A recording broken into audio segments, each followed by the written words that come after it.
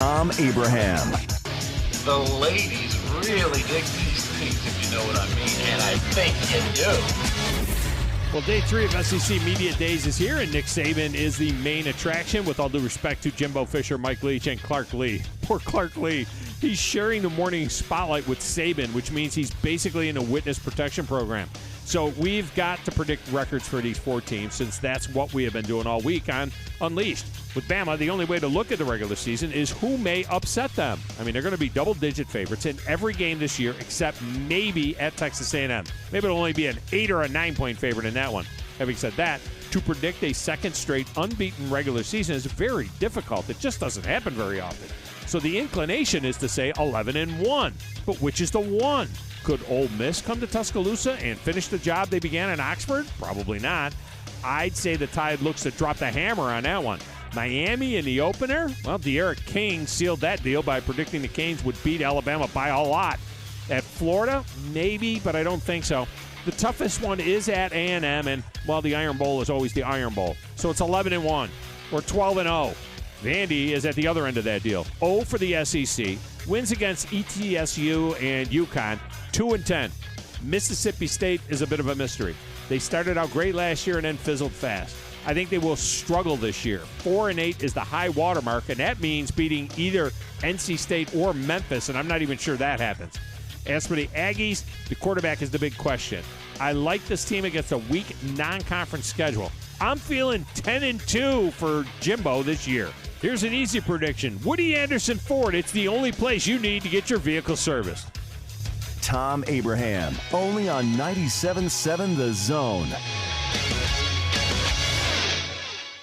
McCurry Motors is your car and van rental headquarters. You can rent the vehicle you need today. Family in town, sporting event, church function, no matter what your need, McCurry Motors has you covered with a wide selection of cars and vans available for rent. They have 12-passenger Mercedes Sprinter vans, 12-passenger Ford Transit vans, 15-passenger Ford Transit vans, and 15-passenger Chevrolet Express vans. They have 2 locations, Highway 72 in Athens or Max Luther Drive in Huntsville. Listen to the Tom Abraham Show. And he loves fishing. My wife said, I will take the dog guy all day. She said, at least he's positive and makes me laugh. She said, this makes me just want to roll out of the car on I-4. And I said, well, I'll have to tell Tom that you were big on him, that you were requesting. You tell Mrs. Brandon that's good. We'll put her on the list of females that like the show. Listen to the Big Dog. Weekdays from 10 to noon on 97.7 ESPN The Zone. Tom Luganbill here for Woody Anderson Ford. When I was in the Tennessee Valley, one of the things that impressed me the most was the quality of the people. People like Bobby White and his team at Woody Anderson Ford.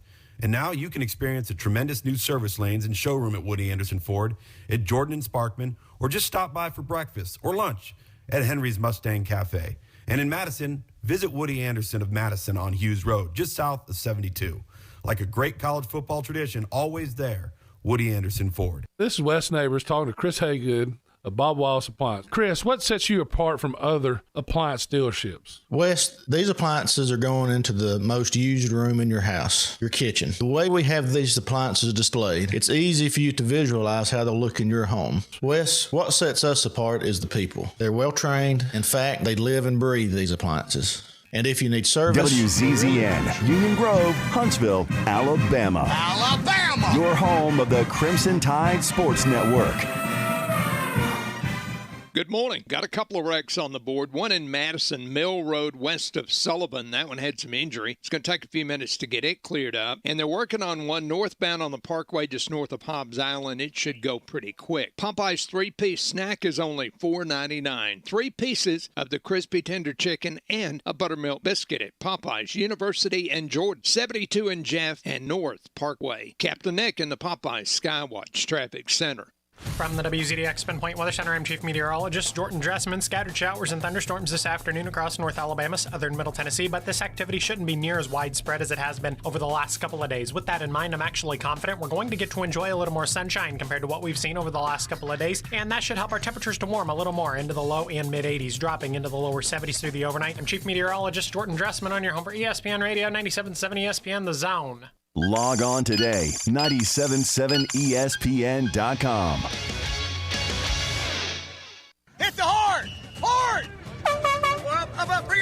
Stop, grab and eat. Let's go, let's go, let's go. College football lives here. Today's coverage of the 2021 SEC Media Days is brought to you by Huntsville Fitness Equipment.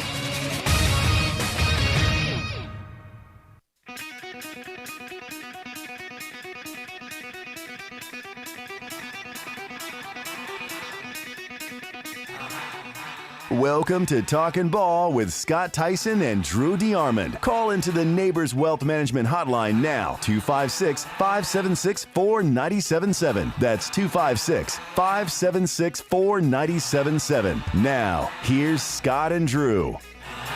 And just like that, we are off and running. It is another brand new live edition of Talkin Ball on 97.7 ESPN The Zone with Scott Theisen and Drew DeArmond. And day 3 of SEC Media Day is going to be in high gear today. Alabama, Vanderbilt, Mississippi State, Texas A&M all on the docket today. Alabama up first this morning. Nick Saban will make his 19th appearance, his second most all-time to Steve Spurrier's 23 appearances at SEC Media Days. But before we get into all of that, before we get into everything that happened yesterday, everything that could happen today, we are going to start off the show with a bang.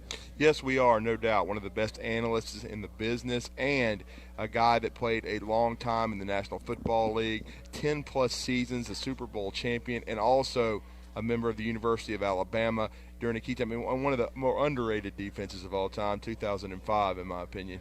But Roman Harper is with us on Radio Row this morning. Roman, welcome to Talkin Ball in Huntsville, Alabama. How are you, sir? I'm doing well, thank you, guys. Oh, it's a little we hot go. Right there. Yeah, hot we got it. Mic. My bad. Got it fixed. Yeah, sorry about that. Yeah, man, thank you guys for having me. Appreciate it, and thanks for your kind words mostly about my analyst work. I don't really care about my football career anymore. I'm trying to already move on to trying to be the best version of myself. Yeah, SEC Media Days. Were you a part of this fanfare? I was. This was my first time doing SEC Media Days since my senior year, which was wow. What was that? 2005. Yeah, that's right. Wow. 16 years ago was the last time. Same building, same situation. I was just very excited because, you know, what people don't understand is for the opportunity that this is for the players to actually showcase who you are, show your personality, because most of these people and beat writers, the beat writers in your own city are the only people that actually know who you are personally. Right. And this is the first time you get to actually showcase and show the rest of the country or the SEC who you are as a person. Yeah, and that's what impressed me yesterday. Velus Jones from Alabama, and then, of course, Alante Taylor for Tennessee. I know they're going through a big rebuild, but they were both very well-spoken young people, and you had a chance to hear their stories. And that's part of the good part of this week. Yes. That's part of my favorite part is getting a chance to see guys and getting a chance to see them physically, like Darian Kennard. I'm telling you, I know you played against guys like that, but when you see him up close, it's like, wow. The one from Georgia, the big Jordan Davis. Yeah, Jordan Davis was massive human being. I didn't know who he was. I just saw his back when I was walking through Radio Row the other day. It's a massive human being. So that alone, somebody's going to draft him just because you just don't, we'll draft him and let him be the first one off the bus. Right. Hopefully you can scare about 2 people. That's enough. So it's really interesting. And then listen to Josh Paschal yesterday from Kentucky. He's got a great story as well. Listen to him explain his transition from outside linebacker to D lineman and all the other things. When you hear certain people talk, you just know deep down that person is going to be successful, whether it's on the field or off the field, no matter where they go and what direction, just because of who they are personally and just kind of their mindset. So far, of the coaches that we've had here, anyone kind of impress you? I mean, some of the talk is very vanilla, and that is what we're used to, but anybody impress you so far? Personally, I think I know. So I was a big Josh Heupel fan when he was at Oklahoma. So I cheered for that Oklahoma team. He was a left-handed quarterback. He was something different. Oklahoma hadn't been relevant in years, and they had that spread offense. So it was fun to watch him, and now to see him up there was really good. But a guy that I was really impressed with was, everybody's going to like Lane. He kept it loose yesterday. He actually showed some personality, which he really has, but sometimes in front of the camera he kind of holds back. He was good yesterday. But Mark Stoops, for me, was impressive by him. Number one, I've never got to meet him. And number two, he's a defensive guy. So talking about the things that really matter at a program that everybody just wants to love on all the time, but he's built something really good that he's very proud of. there for that program, and they are continued to work. He understands that it's more work to be done. And just for continue that they still put guys in the league no matter what they do year in, year out. They really start to establish a really good program. Well, we know this is Alabama Day today. It's going to be crazy here in a little bit. So your thoughts on the Tide heading into the season? You know, they got to replace a lot on offense, and you don't worry about any of that. That's because the head man that's driving the ship is Nick Saban. And that's the key denominator in everything, whether it's offensively replacing guys, whether it's coaches you have to replace, or whether it's defensive guys. You don't matter because you know Nick Saban is going to get it done, and you trust his decision-making at the end of the day, that he's going to have the players that are going to be prepared, that they will be ready, and that the guys that are lined up on the field, no matter who's there, is going to be able to get the job done. Well, then you get Clark Lee, Mike Leach. We get our first we went through his press conferences last year, but we get our first in-person foray with Mike Leach. Well, yeah, and that's the open question deal format is really cool because that's when the coaches don't know what questions you're going to get. The coaches are kind of out there, and you get where Lane did so good because Lane he made no comment when they brought up the moment that Bryce Young could be close to 7-figure deals and different opportunities in NIL, right? And Lane just didn't say anything because he said anything.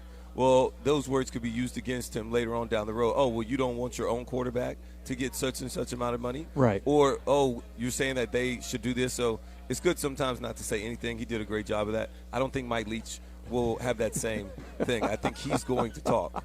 And I think he's going to say what's on his mind. That's always been kind of who he is. Yeah. And we're looking forward to it. I can't wait till somebody throws a oddball question out there. Well, Roman, I know you like Kentucky. I do, too. I love their program. But is Georgia the prohibitive favorite on the other side? Yes, Georgia's the number one team in the East and possibly in all of the SEC. And I'm sitting here saying that knowing that Alabama's been who Alabama's been. And am I just really telling myself that Georgia's going to be that team because at some point Alabama can't win it? So now I'm just telling myself, it's got to be Georgia. It's going to be Georgia's year because of JT Daniels, because of the things that they bring back. I still have two question marks for Georgia. But and that's going to be how do they replace the secondary pieces? They lost their top 5 corner guys. And then the Richard LeCounte at safety was their go-to playmaker in the back that got everybody lined up. That's important. So they lose 6 out of their DBs. And then George Pickens, how do you replace the productivity of him? And as a wide receiver, he is a premier first-round pick at wide receiver. And you can't just lose those guys and think, we'll just be fine, we'll move on. We got about 20 seconds with you. LSU or Texas A&M? Which one for the second spot? Oh, man. If Texas A&M has a quarterback, it's Texas A&M. Because I got to have that caveat. I can't just throw it out there next year. The quarterback does not play up to the potential that Jimbo Fisher thinks that they should. Great stuff. Thanks, Roman. Continued success, my friend. Thank you guys. Appreciate it. Thanks for always having me. Roman Harper joining us from the SEC Network right out of the gates. That's how you kick off day 3 of SEC Media Days. Alabama in attendance later this morning. As we mentioned, 9 o'clock, Nick Saban will meet the media in the big main media room, and you'll be able to hear every word he has to say right here on 97.7 ESPN The Zone. At 9:30, Fedarian Mathis will meet the electronic media at 9:30. That's his first chance to meet with reporters. We'll make sure you hear that. And then at 9:45, John Mechie III will meet the media for the very first time. We will do our best to let you hear every word they have to say this morning starting at 9 a.m. Drew, Nick Saban, this is his 19th appearance, second most all-time to Steve Spurrier. Today does mark his 14th appearance at Alabama. That puts him one behind Mark Richt and Philip Fulmer for most appearances by one coach at a single institution. That is Nick Saban. And we talked a lot about the fact that there's only 2 athletes from each school this year. That is not an SEC own normal thing. It wasn't until 2010 that the SEC started bringing 3 athletes. Before that, 2 from each school. So we're going back old school, but still Nick Saban today making that appearance for the first time. Yes, he is, and he'll end up breaking that record in my opinion because I don't think he's anywhere near done, and, of course, that'll make everybody else grind their teeth. But, it's going to be interesting to see what his message is today. I think he kind of laid the groundwork for some NIL stuff yesterday with his comments about Bryce Young, and already putting together nearly 7 figures in as far as name, image, and likeness compensation. So it'll be interesting, and to see what kind of mood Coach Saban's in, because sometimes he's going to be on edge, but sometimes he's going to be relaxed. And, the thing is, I've heard that he's really happy with the football team development-wise where they are. So if he's had a good day today, if he's had his little Debbie's, if he's had good coffee, if somebody doesn't set him off, then I think, it should be a good day today. It's going to be a good day regardless. But, I think Nick Saban's happy with his football team. Again, we'll see if in the last few days if something has changed that. But I really don't think so, because otherwise he knows he needs to get out front of the name, image, and likeness situation. And I think that's why that tidbit was dropped yesterday. Yeah, for those that do not know, Nick Saban was speaking in the state of Texas yesterday. Right. And mentioned that Bryce Young was approaching $1 million in name, image, and likeness deals already. A lot of people, it came out around, about 11:30, right around there. Mm-hmm. And it caught wildfire around here at SEC Media Days. Everything Nick Saban says does. Yeah, and all of a sudden, everybody was checking their phones and reading articles and dissecting Bryce Young at 7 figures for name, image, and likeness.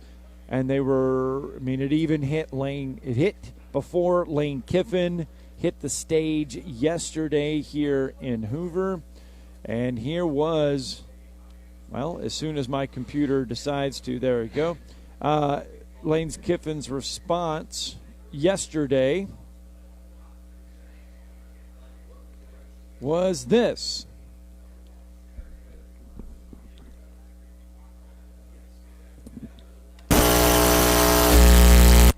That is definitely not it.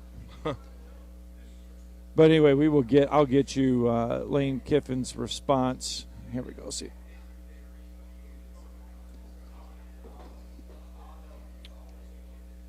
I'll try that again.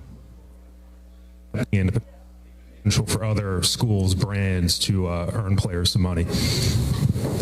That number just blew me away. So you didn't prepare me for that. That's amazing. You made $1 million and hadn't started a game yet? Wow. I don't even know what to respond to that, but great for him. It is neat that players can make money now and profit, off of their hard work and what basically everybody else in America gets to do. So, I'm excited about it. I think it's very challenging trying to figure out how these things happen and what's legal and what's not and all that. So I was asked earlier about it. I said, I'm excited for it. I wouldn't want to be compliance departments, but $1 million. Woo. $1 million. Woo. You put that into context, Drew. Doug Marrone makes $775,000 a year. Bill O'Brien, $1.1 million. Pete Golding, $1.6. Bryce Young has the potential to make, as what Nick Saban says, $1 million in name, image, and likeness. He could make just as much as some of the coaches on the Alabama staff. Well, he could. He is the Alabama QB, and was already a high-profile kid coming out, and some people thought the number 1 QB in America, a top 5 national recruit. So when you're already high-profile coming out of high school and you're playing the position at Alabama that just produced Tua Tagovailoa and Mac Jones, so and you're the next in line, it doesn't completely stun me. I'm sorry, I don't buy Darren Ravel's Democratic $10 million a year, but like for Arch Manning or somebody like that. We had already heard about the young lady from LSU in track. She was already lining up about $1 million. So it's not like it hadn't happened already. Okay, but the $10 million, I don't buy that. But I can see what's happening with Bryce. Then why the reaction to Bryce yesterday here when the word came out? He's never started a game. That's why. He's only played in 7 games, and I think he threw 22 passes. So they're all like, well, are you kidding me? He hasn't even played in a big game yet, in a big setting. And he will, but I think that was the bother with it, is they were like, wow, you got to be kidding me. So, already, because he –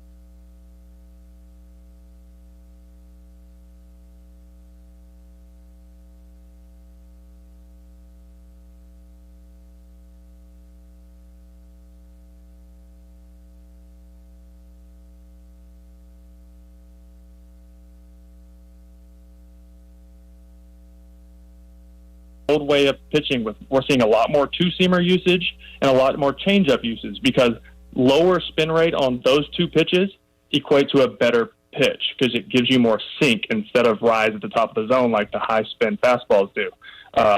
So to get even more biomechanically speaking, like the baseball swing now, that uppercut swing, the pitch down at the zone is much easier for them to lift. That's why pitchers pitch at the top of the zone to combat that swing. So we're going to see these two-seamers and changeups because they're going to be more effective in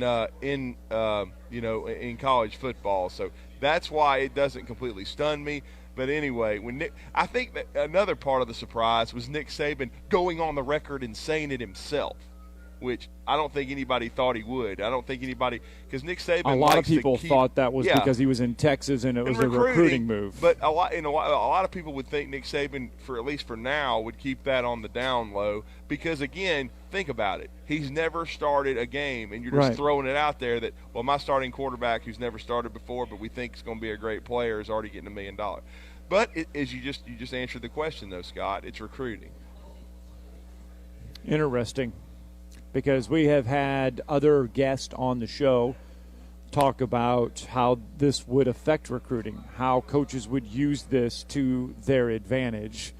And yesterday I think we saw Nick Saban use it to his advantage there. Fedarian Mathis will come at 9:30 today. Anything that you are wanting to get in front of with Fedarian? Well, I just think he's an alpha dog leader, definitely the leader of the D-line room, but I think a leader on that defense. I thought, pound for pound, that he was the most improved player defensively last year. He really became a playmaker, not just someone that did your job, that was kind of a lunch pail guy. I thought he was a playmaker.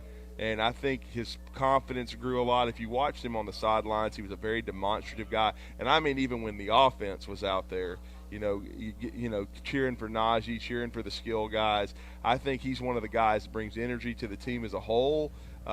He's a perfect story of a guy that, be quick but don't hurry. And what I mean by that is it's about the end, not the beginning. He didn't play a lot when he first got there. He had to grind. He was heavily recruited. He was a 4-star kid out of Slidell, Louisiana. But, again, you had to understand that he wasn't the 5-star guy that everybody thought, even like a Tim Smith that you watch on film and you're thinking, that guy's a 5-star talent. He's going to be a 3 and out. He's a grinder guy that has developed into a pro. Right. And so you have to have those guys too, because a lot of times what they do is they can keep the 5 stars in check and be like, look, dude, I know you're this talented, but you're not going to just come in here. You got to earn it. They're not just going to – the coaches are not going to say, well, you're a 5-star and, you were ranked number 5 overall in America, so we're just going to put you at the top of the depth chart. No. Not you have happen. You still have to earn it. And anyway, what Alabama is a Shark Tank.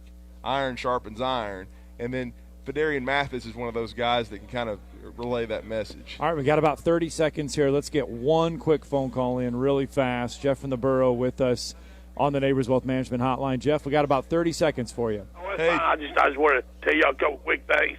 Sure. The Horton kid out of Oakland, he's supposed to decide by the end of the month where he's going. He's down to 4 schools. I'm sure y'all know which it was. And I just want to let y'all know, too, high school note, August 28th, if y'all want to watch Oakland, he's going to play that team from Mississippi, Jackson, Mississippi, on Saturday afternoon. It's going to be ESPN2 game, Saturday up at 2:30 on Saturday afternoon if y'all high school football. So if y'all want to watch it, if he commits to Alabama, wherever he goes. But I just want to let y'all know about that. And y'all hang in there and enjoy that circus out. See ya. All right, thanks, Jeff. Yeah, thanks, Jeff. I hope you enjoyed the coverage of Kentucky yesterday. I was able to get in a couple questions, Coach Mark Stoops. Yeah, how'd you like that? Well, I'm like Roman Harper. I'm high on Coach Stoops. I think he's done a great job, given the tools that they gave him, which is that they've really improved their facilities. They've done a great job, giving Coach Stoops and his staff the tools they need for success. It's hard to believe, first of all, that it's almost been a decade that he's been there because it's flown by. But, to get to the point where Kentucky football is able to outmaneuver Florida State, where he won't leave for there, and in a talent-rich state like that, and he wants to stay at Kentucky, is so significant. I thought it was significant that he lauded Mitch Barnhart, who is, as Jeff tells us, one of the best ADs in America, and I would agree with Jeff there. And so I just think he does a great job of developing players. We saw Josh Paschal yesterday. What a massive human being he is. He's on the same path as Joshua Allen, whose only offer besides Kentucky was Monmouth, and he became the 7th overall pick in the draft. So I just think Kentucky does as good a job as developing their players. I mean, Darian Kennard, he walked down through here 3 or 4 times. I mean, you met him at the Smoothie King. I did. We chatted a little bit, and just saying, we chatted about the question that you asked Mark Stoops in the interview room, which was about our good friend John Summerall, former Grissom Tiger, Kentucky Wildcat, who is now the co-defensive coordinator there with Kentucky. Coach. Yep. Yeah, so. And I'm sure the players love Summerall. Oh, they said he brings, in their words, he brings the energy every day. He doesn't fake it, and they can count on him to bring the excitement every single day. Like they love John Summerall. Well, I tell you this, he's a man mountain because he was the right tackle. They were going to move him to the left. Now I'm interested to see what happens with Dare Rosenthal, the other mountain that they brought in. But they're going to have 2 massive offensive tackles to protect those quarterbacks. And it's interesting because there wasn't a lot of conversation about Bo Allen yesterday like I thought there would be. It was more the Penn State transfer, probably Will Levis, and then they were talking about Joey Gatewood. So this quarterback battle seems to be wide open. I don't really think they at least they're not letting anything out who may have an edge going into fall camp. So we'll see. I still would favor I've been favoring Bo Allen from what I'd been hearing about him, but I haven't seen the kid from Penn State. We haven't seen him enough.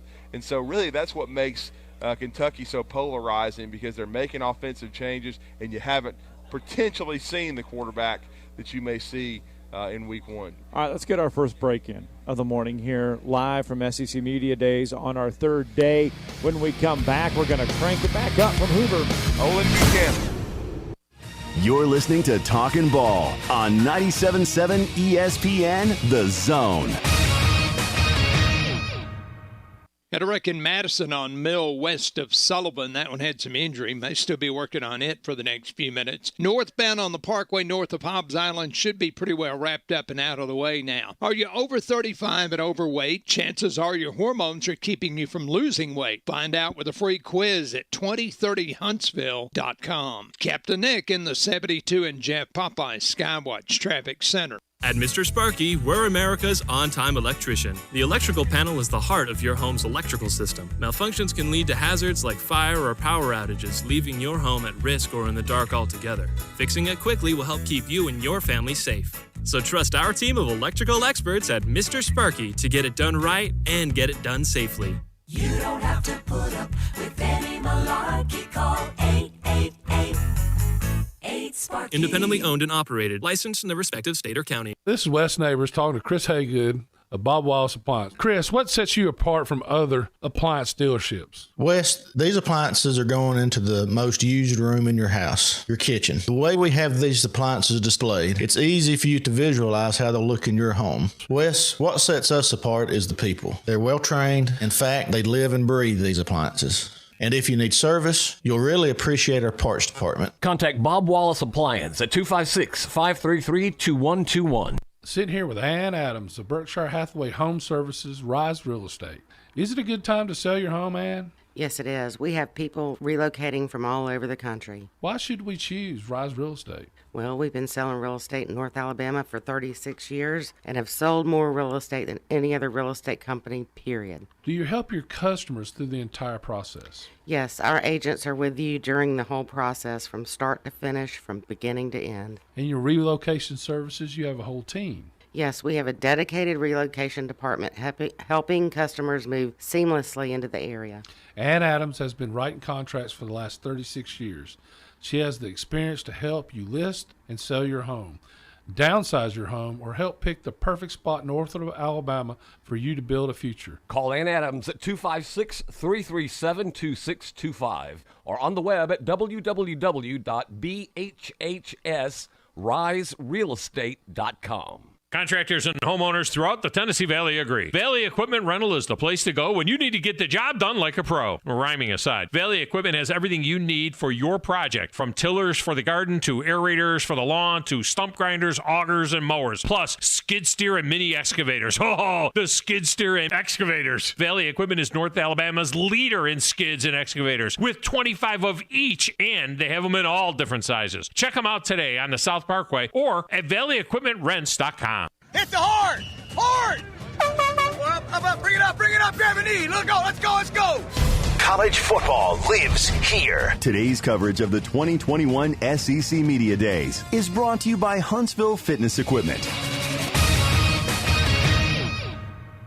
This is Chuck Oliver. Listen to me coming up at noon today. Now, back to Talkin Ball with Scott Theisen and Drew DeArmond on 97.7 ESPN The Zone. And indeed, welcome back to Talkin Ball on this Wednesday morning. Day 3 of SEC Media Days underway in Hoover. And a big thank you to Huntsville Fitness Equipment for making our coverage this morning possible. Give them a call, 256-883-2115, if you are in the need or the mood to start getting into shape a little bit. Huntsville Fitness Equipment and Sales and Service located down there in the Rosie Shopping Center on the South Memorial Parkway. They will take care of all of your equipment and fitness goals. Our goal today, make it through easy with Alabama being here, as well as Vanderbilt, Texas A&M, and Mississippi State. Well, our next guest is with us, and he's a huge part of TexAgs Radio. One of my best friends in the business, and one of the people I first got to know when I started coming down here back in 2015. But they're right across from us, and we've been making hand signals to each other all week. He's been kind of hearing some of the stuff I've said about A&M, so we're going to give him a chance to give us his take on them. They will be, as you said, showcased this afternoon, and that is the one and only Olin Buchanan. Olin, good morning, man. Might help if I push the right button. Yeah. There we go. No longer muted. But, yeah, man. It's Rocket City, right? Yes, sir. Rocket City of Huntsville. And, of course, a big story yesterday, Owen. I'm sure you guys everybody was buzzing about it. We talked about the name, image, and likeness. Billy Lucci and you guys at TexAgs, you guys have already made a deal through a sponsor now with a couple of players at Texas A&M. But the huge thing, Nick Saban let the cat out of the bag with Bryce Young. And your thoughts on that? That's pretty interesting. The only thought I have is, I've taken just a few fewer snaps than Bryce. That's very probably true. Started the same amount of games, and the only time there's any money being transferred from me to another business, I'm paying. Yeah, so I'm envious. Look, I don't know what the rules are or going to be, but I'm for guys being able to make as much money as they can off their name, image, and likeness. I think that if somebody wants to pay me for my autograph, why shouldn't I be able to get some money from it? Right. And coaches are smart individuals. He does this while speaking in Texas in a hotbed area for recruiting. That kind of I don't like that. I'm like, what are the Texas coaches doing, bringing Lincoln Riley and Nick Saban into that's like the shepherd asking the wolf to come into the join the flock. That's ridiculous. We're gonna have to have some talk with some of those coaches in Texas. That just doesn't make sense to me. Yeah. Well, at Texas A&M, I know you guys had a chance to speak to Isaiah Spiller and Damani Richardson. A lot of expectations this year, coming off an outstanding season in year 3 for Jimbo Fisher. They've recruited very well. You and I have talked about that. Should be one of the top 3 defenses in the SEC. I don't think there's any question about that. I think Alabama, Georgia, Texas A&M probably set the standard there. But your thoughts on the expectations and how good this Aggie team can be? I guess the one thing is we really don't know yet. You just talked about Bryce not having a start. Well, it's a new era at quarterback, too, having Kellen Mond start for 4 years. Very unusual. It is, and I think that you can have a lot of expectations and hope and optimism for Texas A&M this year, but it has to be tempered to some degree. Yeah. Because, anytime you have a new quarterback, you just even if you feel like he's going to be good until he shows it on the field consistently, there has to be at least a certain amount of apprehension, and you're going to have 4 new starting offensive linemen in front of him. And even though they're very talented, probably more individually and physically talented than the guys they're replacing, that doesn't mean they're going to play as well as a unit as the guys they're replacing. So I think it's very reasonable if you're an A&M fan to aim for 10 wins and then have the hope that if Haynes King or Zach Calzada turns out to be really good, or and the offensive line is sound, hope for more. Everybody is planning on, I don't know your thoughts, but everybody's going to put Alabama number 1 in the West, presumably again. Georgia number 1 in the East. The question is, who is that second spot? A lot of people want to debate Texas A&M. A lot of people want to debate LSU. They want to put them in that second spot. Despite having a new quarterback and new members along that offensive line, is Texas A&M talented enough to take that second spot and sit there? Well, this is where we were waving at each other because I said I wasn't buying A&M yet. Right. But I also went back to something no one told me. He said, look, they're getting more talented where they can play Alabama, look them in the eye, but they've got to beat LSU. And so that's my point. Yeah, and they did last year. And they're actually, since Jimbo Fisher took over, they're 2-1 against LSU. I think if they beat LSU this year, then you start, I think, looking at A&M as the primary threat or Alabama's primary threat in the West, if there is one, right? Year to year. Because it seems to me, we all know that Auburn is the arch rival, but it seems to me that most years it's LSU that Alabama has to look at and say, okay, beat LSU. Late in the year, yeah. So maybe that turns into A&M if they can go out and prove that they're better than LSU. But I think if you beat them 3 out of 4, that makes it a pretty good statement, especially when it's 3 out of 4 under a new coach. Right. Yes, that's a great point. And let me ask you a question about the quarterback. Now, we saw Haynes King last year in Tuscaloosa. He did play at in the second half and move the team, but we haven't seen Calzada. You've seen the kid, you know about him. We may be underestimating him here, and because in this race I've been thinking it's going to be King. But tell us about Calzada and how is this a true race? Yeah, I think it is. It's a huge arm. Really huge arm. Much stronger arm than Haynes. Yeah. Haynes is more athletic and he's really fast.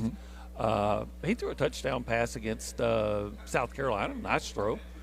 I think everybody might have thrown a touchdown pass against South Carolina that night.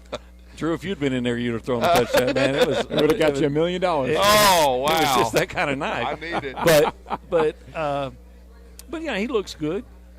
He looked good in the spring game, but Zach looked really good in the spring game.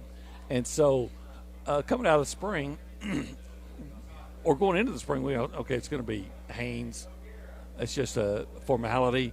Coming out of the spring, Jimbo was saying it's a lot closer race than you think, and it's only because Zach played so well. And then we got in the spring game, and he really played well. Yeah. So I assume that it's going to be an open competition, still up for grabs. I think Haynes will win the competition because you go back 3 years ago, it was the big arm Nick Starkel and the more mobile Kellen Mond, and he ended up picking the more mobile quarterback. I think he might do the same. Well, you got a new offensive line, a new quarterback, but it helps when you have a guy like Isaiah Spiller back there to mend a little bit, buy you a little time. Yeah, Isaiah's really good, and I get in trouble sometimes when I say this. I'm not sure he's their best running back. I think you've told us that. Yeah, I think you've mentioned that before. He's really good. And I think he's an NFL running back, and he's an all-conference running back. He could be an All-American. He could get into the Heisman Trophy discussion. He runs with great power, and he cuts really well. I don't know that he has top-end speed. Okay. But that's not the end-all, be-all for a running back. Just hit the hole and make some guys miss. Have top end speed. Now Devon Achane has, he might be the that fastest running game. back in the. He qualified for the Olympic trials. Yeah, absolutely. They've got a heck of a 1-2 punch, but it definitely starts with Isaiah, and I think he'll just continue to build on what he did last year if the offensive line is competent. Well, I wanted to ask you too, because I think you told me this last year. You thought he might even be the best player on the offense, and he doesn't get a lot of credit. And he hurt Alabama last year with his versatility. But as Aeneas Smith, is he the most underrated player offensively? Not in College Station. In fact, like I said, he may be the best player on the team. Does whatever they need him to do. I do think that maybe they're. I've said this before. I don't think he led the team in receiving yards last year. He he returned punts. Mm-hmm. I do think that the old-time SEC people seem to forget that the SEC extends beyond the Sabine River. When guys like DeMarvin Leal, who's being projected as a first-round pick, couldn't get on the all-conference team last year. Right. Now that was mystifying. So I think Aeneas is definitely an outstanding player. I think he'd start for any team, anywhere. But he's not infallible. And I've said this before: Alabama was not going to lose last year. But if he holds a ball that hits him in the hands near the end of the half, it's probably 28-21 at half, and it's a game, and Alabama wins in the second half. But A&M probably gets in the playoff if he doesn't drop that pass. Yeah, so is the ceiling for Texas A&M this year 10 wins? No, I don't think the ceiling is. I think you can shoot. I think that you can shoot for the. You got Alabama in College Station. That's why I'm asking. No, I mean I think I think the talent gap between Alabama and A&M is closer than it's ever been since A&M has entered the conference, and I'm including that 2012 game and 2013 game because A&M has more talent on the defense side of the ball than they did then, much more talent. So if I had to put my kids' college fund on the game, I would put it on Alabama. Who wouldn't? It's a smart pick, but I don't think it's one of those games where you just say, okay. It's a foregone conclusion. I think they're good enough to feel like they have a legitimate chance to win. Well, and Olin, you obviously have told us earlier in the conversation, even though 4 starters have been going on the O-line, that Jimbo Fisher loves how they've recruited and how they can replace them. They also lost Bobby Brown early to the draft, but I get the sense that they brought in some great defensive linemen in the recruiting classes, including a dude I really like, Shamar Turner, who from DeSoto, who I think may get on the field like Leal did early. But it looks like A&M still believes they're going to plug that hole like that. Well, McKinley Jackson, who they beat Alabama for. That's right, Mississippi came down between Alabama and A&M. He's going to step in for Bobby. And, Bobby was a great player. Had the best year of his career last year. But quite frankly, they feel really strong about McKinley Jackson. He played a lot last year and played well. So Jaden Peavy came back for a super senior season, and McKinley Jackson, I think, you can look for him to have the quote breakout year as a sophomore. So I feel like that they've got depth there. You just mentioned Turner. I feel like he could really play. Yeah, I think Isaiah Rake's a guy you haven't heard about, but you will as a defensive tackle. And I think there's not a lot of concern about the talent and depth at defensive tackle. Now, you've always told us for several years now, even one of the things Jimbo needed to fix when he got there was the secondary, because they gave up a lot of big plays. But Alabama had a special offense, was able to kind of victimize them a little bit. But where is the secondary now? I mean, I know you guys just got a chance to hear from safety Damani Richardson, who's going to be a big part of it back there. But talk about that secondary and how far it's come in your mind to be able to match up with these passing games in the SEC. It will be the best secondary A&M has had in 20 years. Wow. Now that's significant. So that could lead to a championship season. They,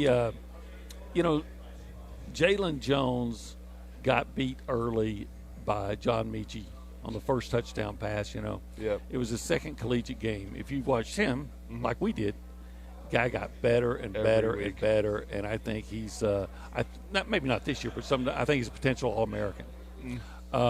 Miles Jones decided to come back for a super senior season. I think Damani Richardson he's an NFL player at safety. He was playing hurt last year, but he's an NFL safety. And Leon O'Neal, I don't know. Leon O'Neal is a big hitting safety, and he makes plays. Sometimes he makes them for A&M. Sometimes he makes them for the opponent. But he's a exciting player who can do a lot of things. And maybe he, as a senior now, he's going to harness some things.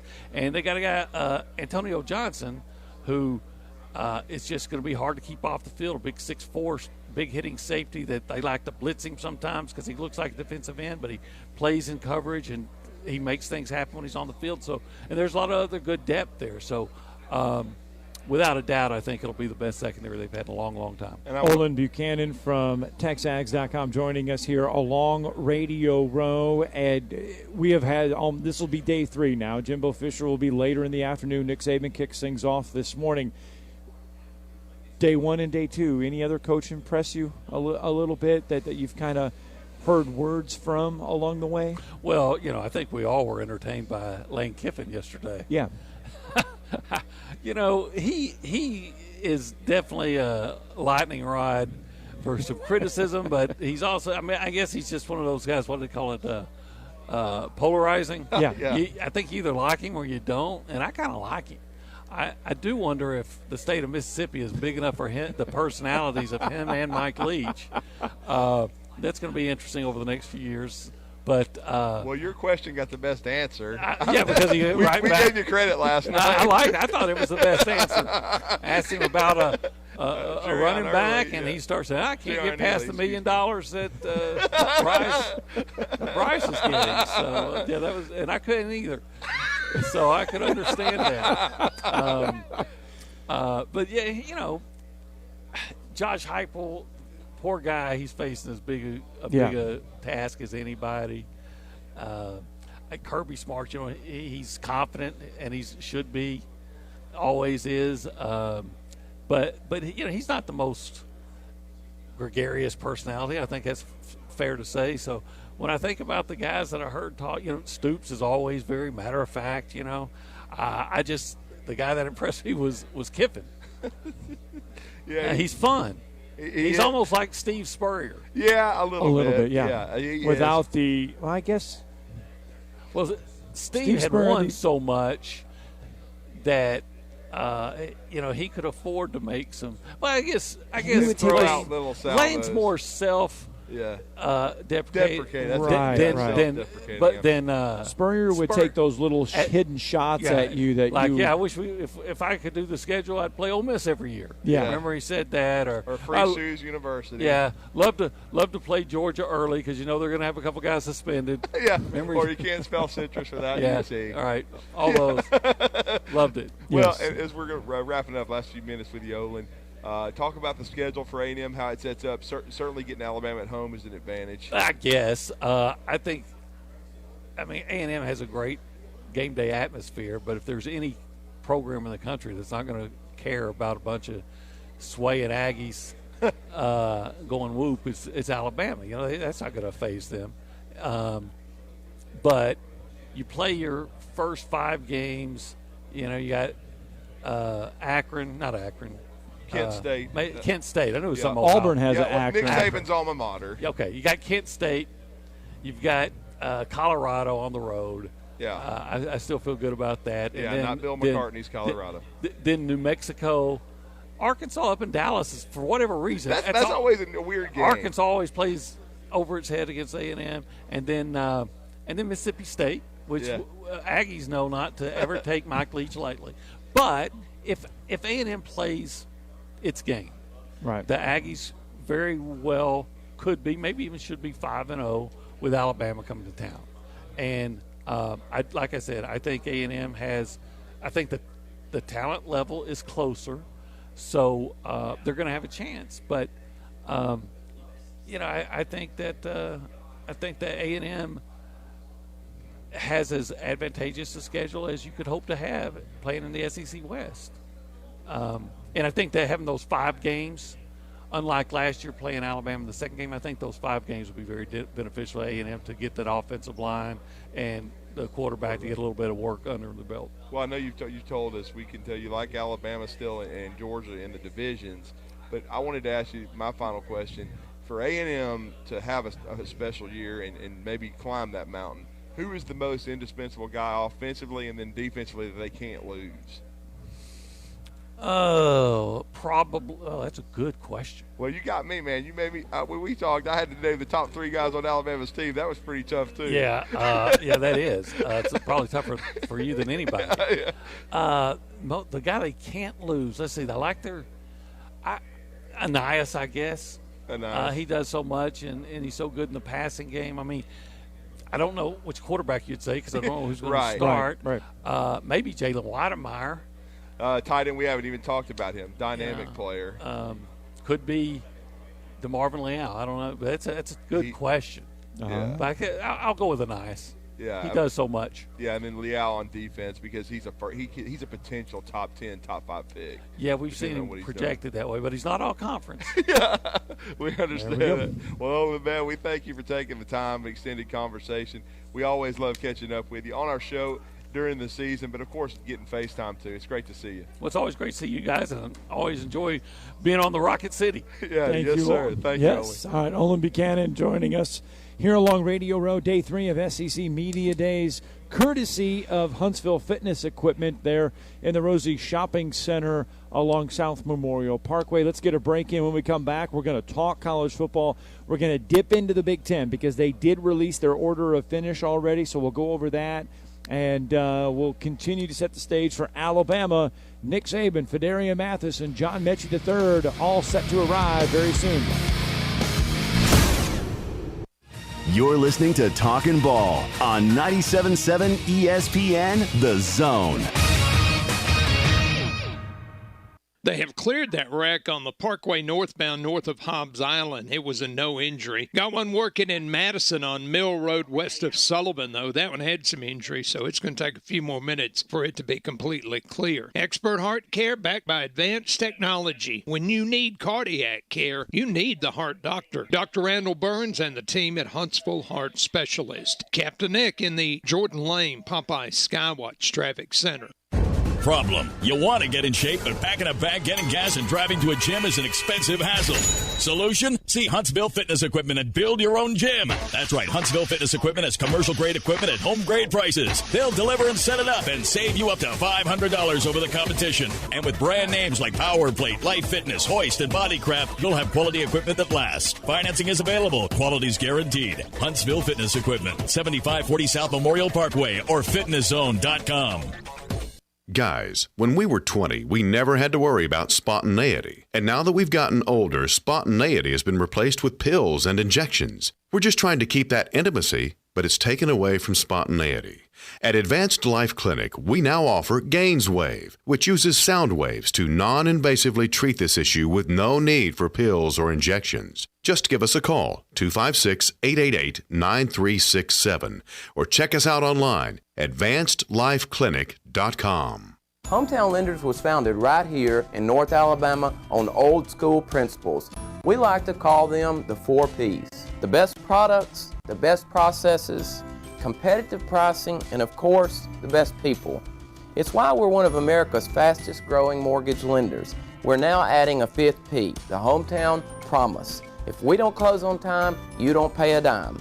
Yes, you heard that right. On time, every time, or we refund 100% of our fees. This is Wes Neighbors talking to Chris Haygood of Bob Wallace Appliance. Chris, what sets you apart from other appliance dealerships? Wes, these appliances are going into the most used room in your house, your kitchen. The way we have these appliances displayed, it's easy for you to visualize how they'll look in your home. Wes, what sets us apart is the people. They're well trained. In fact, they live and breathe these appliances. And if you need service, you'll really appreciate our parts department. Contact Bob Wallace Appliance at 256-533-2121. Follow us on Twitter. Subscribe to us on our YouTube channel and Twitch.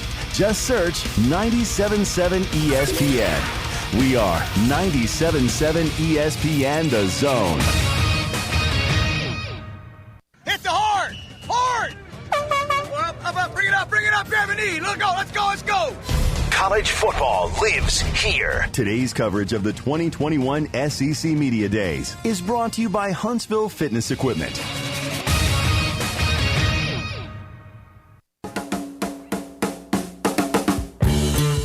And indeed, welcome back to 97.7 ESPN The Zone's Talking Ball with Scott Tyson and Drew DeArmond. We are live once again along Radio Row, SEC Media Days. It is day 3. And tomorrow, Drew, I believe by 3 p.m., we have to have our order of finish in. We have to have our all-SEC team in. Our ballots have to be in by then. The Big Ten has already determined their ballot. And they have released their order of finish. And they have Ohio State. The media has Ohio State picked to win the East, Penn State second, Wisconsin first in the West, Iowa second. So the Big Ten has released theirs. The SEC will not release our tabulations until Friday. So we have to have ours in by tomorrow, I think at 3 o'clock or 2 o'clock or something like that. So that's right. Our order of finish is not going to be much of a surprise. Alabama in the West, Georgia in the East, second in the West, second in the East, maybe a little bit, third maybe a little bit, and beyond that we don't know. But coming up here in just a little bit, what we do know is Nick Saban is going to arrive. He has been up and early right now. We know that he is meeting with certain members of the media, our good friend Ross Dellinger here in just a little bit. In about 8 minutes, he will sit down with select members of the media before making his way. For a little round table discussion. Yeah, I wonder what they're going to discuss. Wish I could be a fly on the wall, but I'm not Cecil Hurt. I did reach out to Cecil last night. He will be busy that whole hour, along with our good friend Ross Dellinger. Well, I tell you, here is yesterday, the ACC has their media days going on at the concurrent with the SEC media days. Right. And of course, just as Bryce Young and Nick Saban's comments on Bryce Young made headlines quickly throughout the media here in Hoover, Dabo Swinney's comments yesterday made comments and headlines here simply because of his view on the college football playoffs. And here's Dabo Swinney yesterday from ACC Media Days.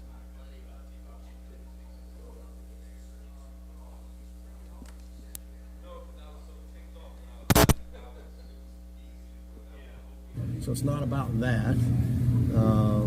Okay, here we go. Some people will say, well, you've been in the playoffs. Well, I mean, if we can get in with 4, we're going to get in with 12. Our odds aren't going to go down. So it's not about that. Our team isn't for it. I met with my team. Our team wasn't for it. They don't want to play more games. And to be honest with you, I don't think there's 12 teams good enough. So you got to play more games just to play more games. And I think the more you expand it, the less important the season becomes. And again, the more you become the NFL. As far as, all right, you're in the playoffs. Well, why play Trevor in this game? You're already in. Just play the other guys. Some interesting comments by Dabo. And, I mean, he and I are on the same wavelength. He doesn't want to water down the playoff. Right. And, I mean, I don't mind expanding it, really, into 8. But I just think when you start getting crazy here, going to 12, things of that nature, and I know they do it in the FCS. Okay, I understand that. But I just think that's where you kind of differentiate the Power 5 and the Division I in the FBS.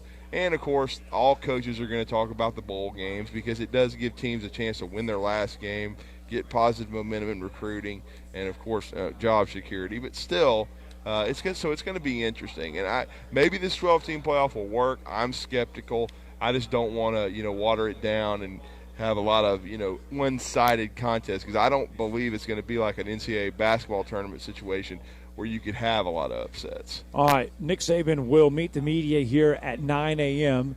He has had a very busy day. He has already been on Sirius XM SEC this morning, and he was asked, Drew, can you believe this, whether or not the Bryce Young deal is true or not. Here's Coach Saban. You know what? I'm not really in a position to comment on that. I was talking to, high school coaches, and they were very interested in how name, image, and likeness could impact and affect their future. And, I just used a general example of one of our players and how, the future may impact, high school players. So, again, it's the same old thing. There's no precedent for how does this information get out, what's the best way for it to get out. And so we'll kind of just have to muddle our way through it all and see how it goes. But I don't think any of these things are going to be secret in the end. First of all, his tone was already bothered by the fact that he had to answer that question. Yeah. Coach, you're going to get asked that question a few times more this morning. But your thoughts on hearing Nick Saban? Well, I mean, it's interesting the way he kind of deflected it. He didn't take it on head on and just be like, well, it's the changing landscape of the game. We've got to deal with this. He kind of just tried to put it on the back burner, but he's going to get asked about it 2 or 3 more times. We know that. Hopefully he's not going to erupt like a volcano eventually, because he made the bed because he let it out yesterday. Yes. And why not just admit it? He did it for recruiting purposes. Everybody understands that and understands college football. That's why he did it in front of those coaches. Alabama recruited very well in Texas last year. They're recruiting very well in Texas now, and so that's the reason this whole deal took place. We're just about done with hour number 1 here on Talking Ball. Hour number 2 is going to get underway. And we're going to talk the Pirate, finally. Oh, and man. I've been waiting for this guy to be in this league for years. He finally is. This will be his 2nd year, and in my opinion, really first, because last year was so crazy. He had a spring and off season to get his guys in here. And we're going to talk to a first-time guest, Brian Haydad from Super Talk, Mississippi. He and Richard Cross do a great job. We're going to talk to him and break down some maroon and white. And as you know, Scott, we have a huge maroon and white alumni base in Huntsville.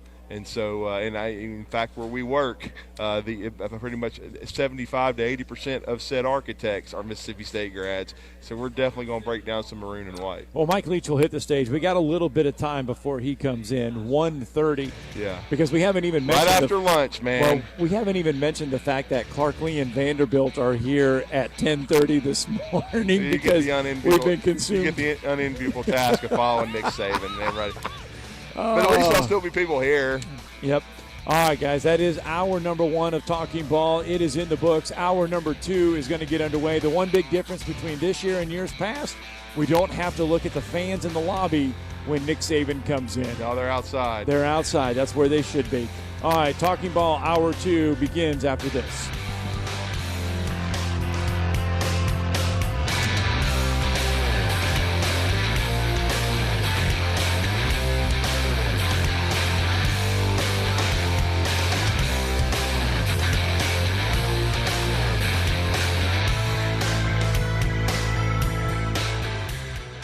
Hey folks, this is Arthur Seaton, managing partner of University Kia, here letting you know we are proud supporters of Madison Academy football. And a quick shout out to my son, Avery Seaton, number 19. Stop into University Kia today and shop our large selection of new Kias, including our all-new Telluride 8-passenger SUV, the stylish new K5, and the sporty new Seltos. Visit universitykia.com to view all our great offers and get pre-approved in minutes so you can drive home your new Kia today, because we want to see you in the Kia. Go Mustangs! Drinking coffee straight from the pot. Power move. Wearing a bathrobe to work. Power move. Switching to super fast, extra reliable internet from WOW. Power move. Switch and save with WOW internet for just $19.99 a month. It's switching season, so make a move with our best deal of the year. Get the speed you need starting with Internet 100 for just $19.99 a month. Plus, ask how to get $200 on us. Sign up at wowway.com today. Wow. Limited to new customers with autopay and paperless billing. Offer subject to change. Restrictions and terms apply. WZZN, Union Grove, Huntsville, Alabama. 97.7 ESPN, The Zone. Good morning from the traffic center. Got a wreck on Mill Road west of Sullivan in Madison. That one did have an injury involved. Still may be a slow go for you there. Starting tomorrow, they plan to detour all the traffic at Huntsville Browns Ferry and I-65. They'll move all the southbound traffic to the off-ramp. You'll go up over the overpass and down the other side. Popeye's 3-piece snack is only $4.99. You get 3 pieces of crispy tender chicken and a buttermilk biscuit at Popeye's University in Georgia. 72 in Jeff and North Parkway. Captain Nick in the Popeye Skywatch Traffic Center. From the WZDX Spin Point Weather Center, I'm Chief Meteorologist Jordan Dressman. Scattered showers and thunderstorms this afternoon across North Alabama, southern Middle Tennessee, but this activity shouldn't be near as widespread as it has been over the last couple of days. With that in mind, I'm actually confident we're going to get to enjoy a little more sunshine compared to what we've seen over the last couple of days, and that should help our temperatures to warm a little more into the low and mid-80s, dropping into the lower 70s through the overnight. I'm Chief Meteorologist Jordan Dressman on your home for ESPN Radio 97.7 ESPN The Zone. This is Brett Musburger's Action Update. Simple Green is perfect for making your auto, RV, cycling, boating, and other sporting equipment look like new. Visit them at simplegreen.com. Baseball, Braves plus 135 on the money line against the Padres. San Diego minus 172, over under 7.5 in Game 1. In Game 2, Atlanta minus 105, Padres minus 116, over under 7. The Milwaukee Bucks have won the NBA championship, defeating the Suns in 6 games. Looking ahead to next season, the Brooklyn Nets, the early favorite to win it all at plus 210. The Lakers behind them at plus 450. Assuming the Olympics are still on, starting with the opening ceremonies on Friday, a look at the gymnastics competition. The U.S. women heavy favorites to win gold at minus 650, Russia plus 500, and China plus 600. On the men's side, Russia plus 100, China plus 175, Japan plus 400. I'm Trey Westerberg, 97.7 ESPN The Zone. Log on today, 977ESPN.com. Hit the hard! Hard! Up, bring it up, grab a knee. Let's go. College football lives here. Today's coverage of the 2021 SEC Media Days is brought to you by Huntsville Fitness Equipment.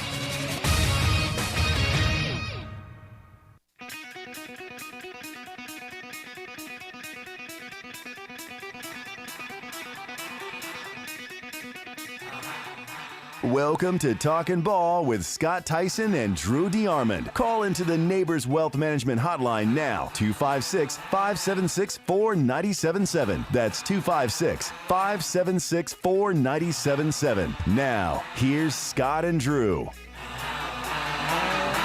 are off and running. It is hour number 2 of Talking Ball on 97.7 ESPN The Zone.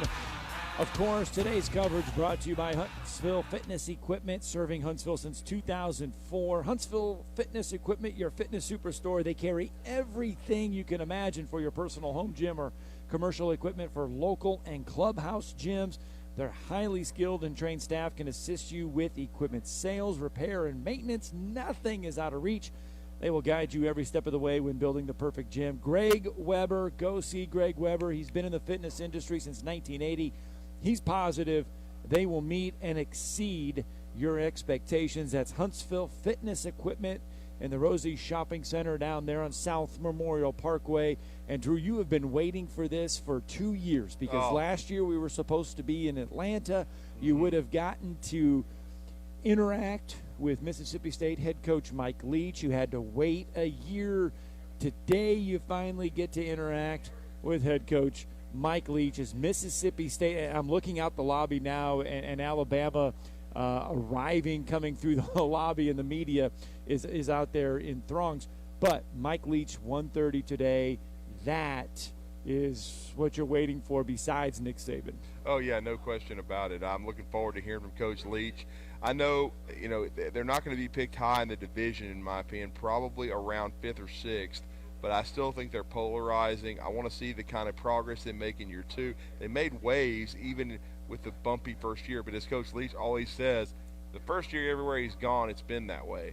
But we've got a first-time guest, as we've said, who's going to join us now from Super Talk Mississippi. This is one of my favorite things about this week is that you make connections. And Brian Haydad is now on Radio Row with us, and he and Richard Cross have Super Talk Mississippi 3 to 6 every Monday through Friday. We've had Richard several times on our show, but now Brian's going to join us and talk some maroon and white.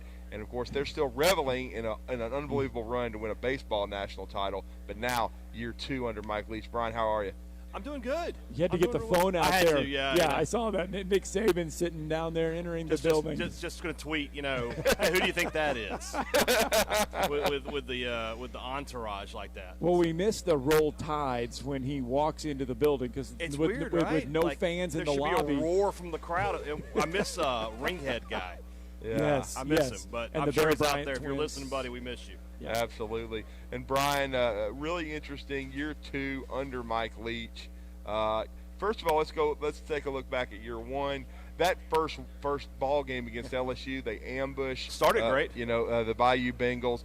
And then there were some bumps in the road, but I still think Coach Leach is such a unique and quirky personality. I still think he probably thought they made some progress. And they were really good defensively, by the way, and he was able to retain his defensive coordinator. But just talk about year 1 and into year 2 for the Dogs. Yeah, I mean, year 1 for sure. You get off to such a roaring start. You throw for over 600 yards. You said it. I mean, that SEC record might stand for a long, long time. Yeah. For KJ Costello. Defending national champs. And then after that, they didn't really do anything until November. Had to go through a quarterback change. Costello just sort of lost his way. They go to the freshman Will Rogers, and he played all right. He played against Georgia, played against Ole Miss, had good games against them. Took a little bit of a step back against Auburn. And then played really well against Missouri going into the bowl game. So he's probably the guy going into this season. And everybody, when you look at Mike Leach and you look at his career, every time he's been somewhere, year 1 has been a bit of a struggle. Year 2 has been an improvement. That's what Mississippi State fans are banking on. That he's got more of his guys in the system. The word you hear with Mike Leach all the time is repetition, repetition. Last year, no spring practice, no off season, nothing like that. So with having everything in full this year, I expect MSU to be a lot better offense, a lot more consistent. You take away that LSU game, and really the season is a first season for a new head coach. I mean, that's what we should expect.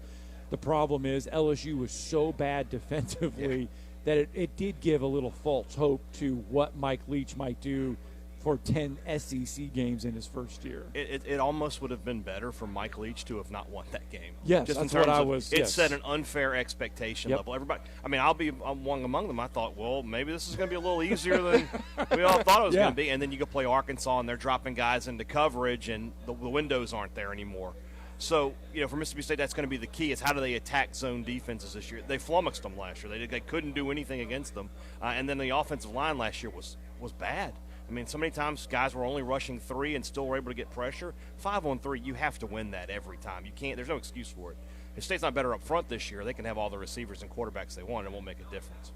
Is that part of Mike Leach, though, growing into the SEC, understanding what the SEC can be? I mean, what better way to do it than play 10 conference games in 1 year? Forget non-conference games for a chance to try to improve. But 10 conference games first year, having to learn the league. I mean, it's like your first year of college. You just thought, I'm going to take 21 hours that first semester.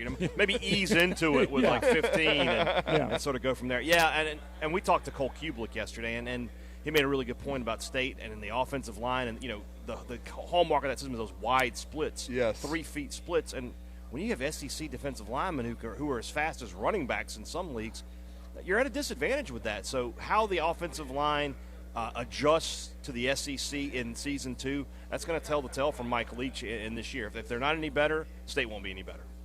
Yeah, that's very true. They're going to have to protect.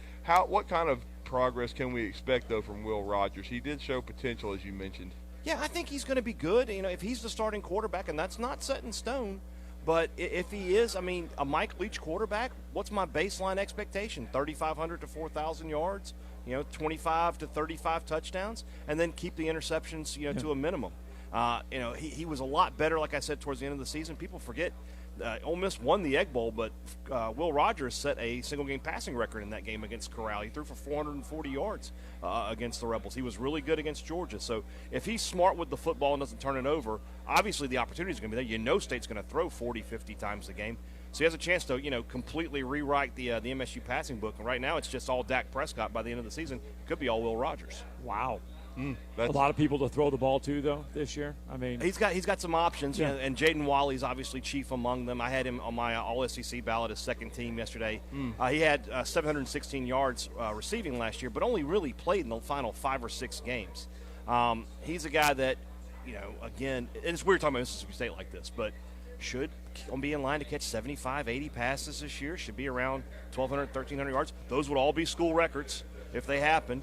Malik Heath is back. Austin Williams, who we'll talk to today, is back. Tulu Griffin, you may remember him from the bowl game, had a really good game. He's back. They added a couple of good recruits in Teddy Knox and Antonio Harmon, and 2 big transfers, Makai Polk from Cal and Jameer Calvin from Washington State. So a guy who's played in this system and knows it. I expect him to be a guy who immediately gives an impact. That's what I was going to ask, because I knew that they'd added a couple receivers in the portal, and those guys, and of course, as you said, one from Washington State who will know the playbook backwards and forwards, and then the young man from Cal who I'm sure Coach Leach coached against. Yeah, and those 2 guys, Polk was here for the spring, Calvin was not, but I thought Polk looked really good in the spring practices that I got to see. And then, like I said, Calvin should just be a plug-and-play kind of guy. He should know the system in and out. A lot of people say, and they watched Mike Leach last year, and they watched it because they wanted to know what he was going to bring. I mean, a lot of people knew from Washington State, but they didn't get a chance to watch his games a lot because it was West Coast football. Now he's in the SEC, everybody paying attention to it, and everyone says, oh, Mike, you're going to have to run the ball. You got to run the ball to be able to do this.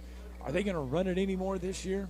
I don't know if they'll run it anymore, but I think they'll be better at running it when they do. Okay. Hopefully the O-line will be better. The O-line, and it starts there for Yes. sure. But the 2 guys are talented. Jaquavius Marks and Dylan Johnson. They're kind of at Mississippi State, we love to say thunder and lightning.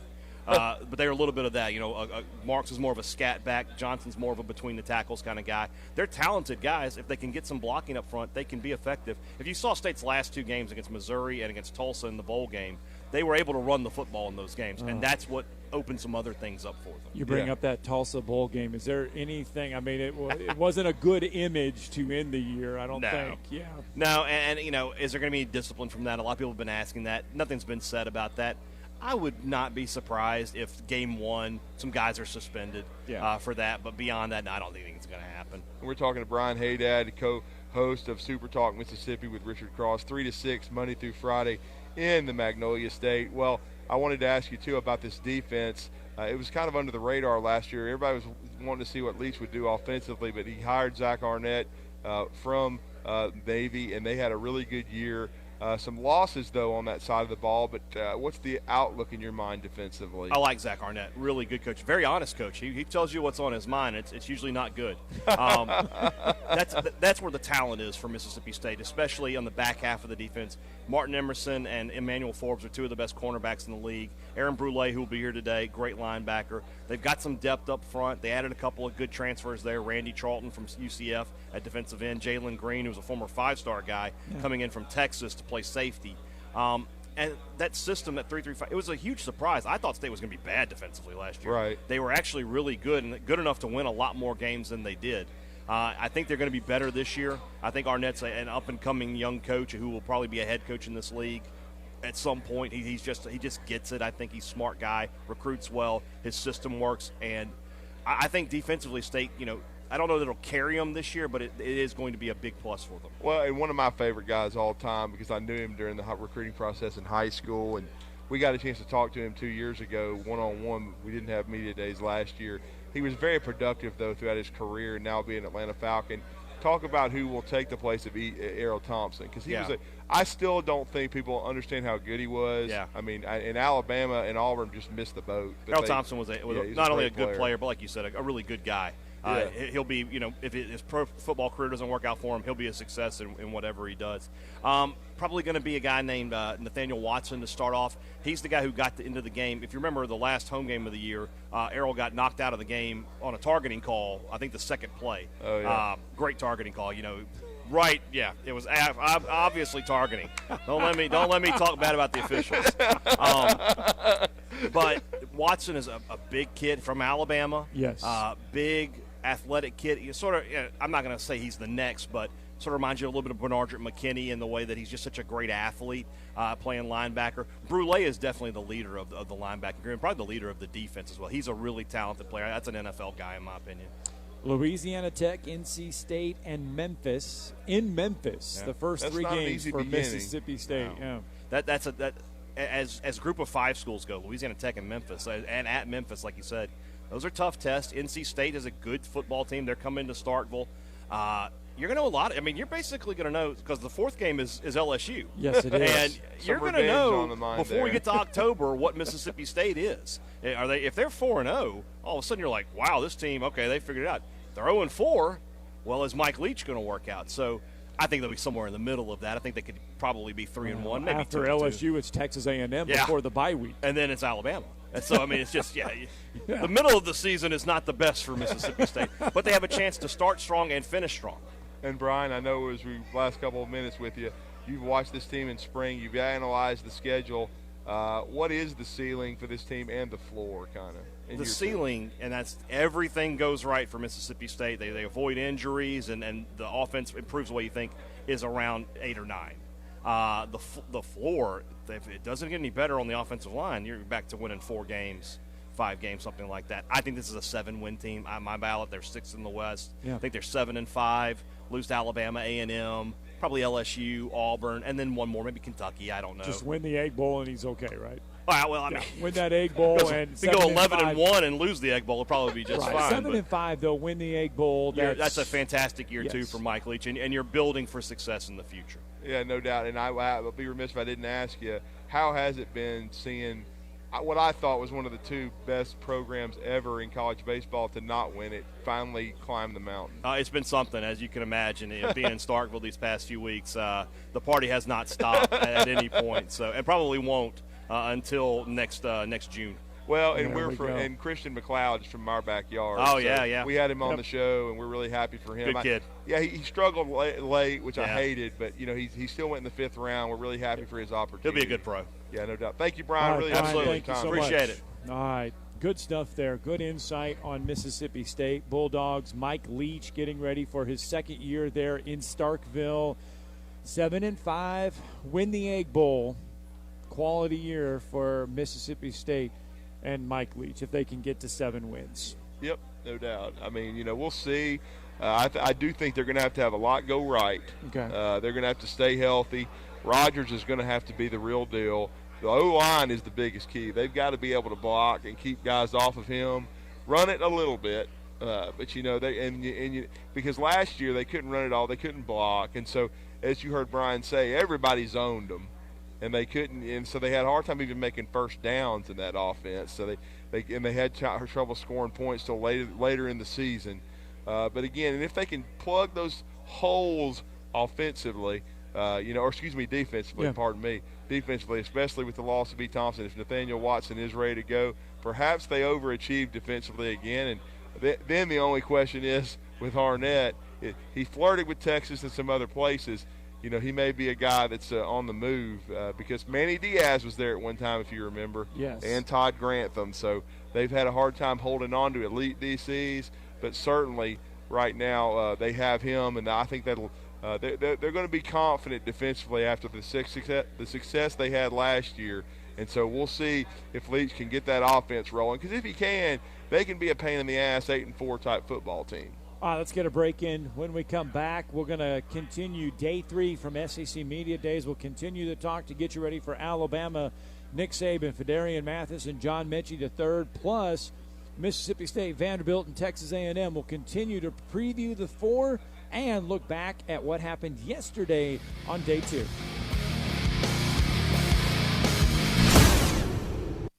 You're listening to Talkin Ball on 97.7 ESPN, The Zone.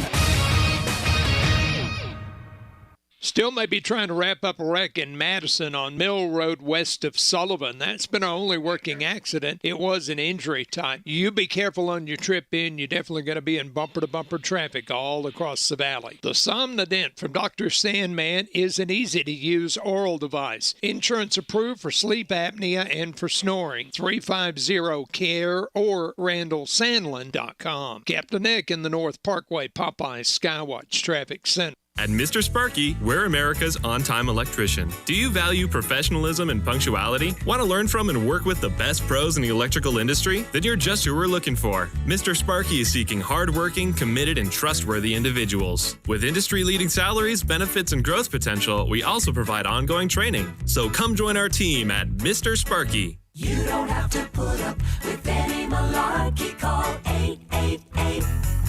888-8-SPARKY. An equal opportunity employer. This is Wes Neighbors talking to Chris Haygood of Bob Wallace Appliance. Chris, what sets you apart from other appliance dealerships? Wes, these appliances are going into the most used room in your house, your kitchen. The way we have these appliances displayed, it's easy for you to visualize how they'll look in your home. Wes, what sets us apart is the people. They're well trained. In fact, they live and breathe these appliances. And if you need service, you'll really appreciate our parts department. Contact Bob Wallace Appliance at 256-533-2121.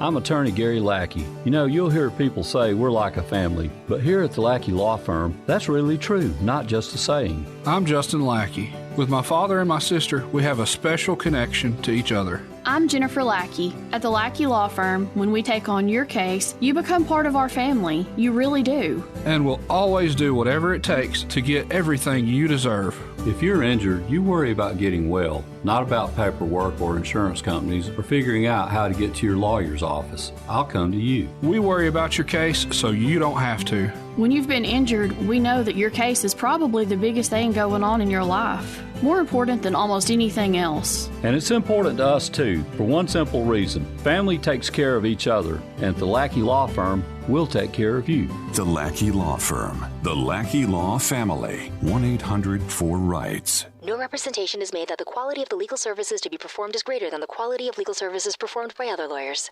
Hometown Lenders was founded right here in North Alabama on old school principles. We like to call them the 4 Ps.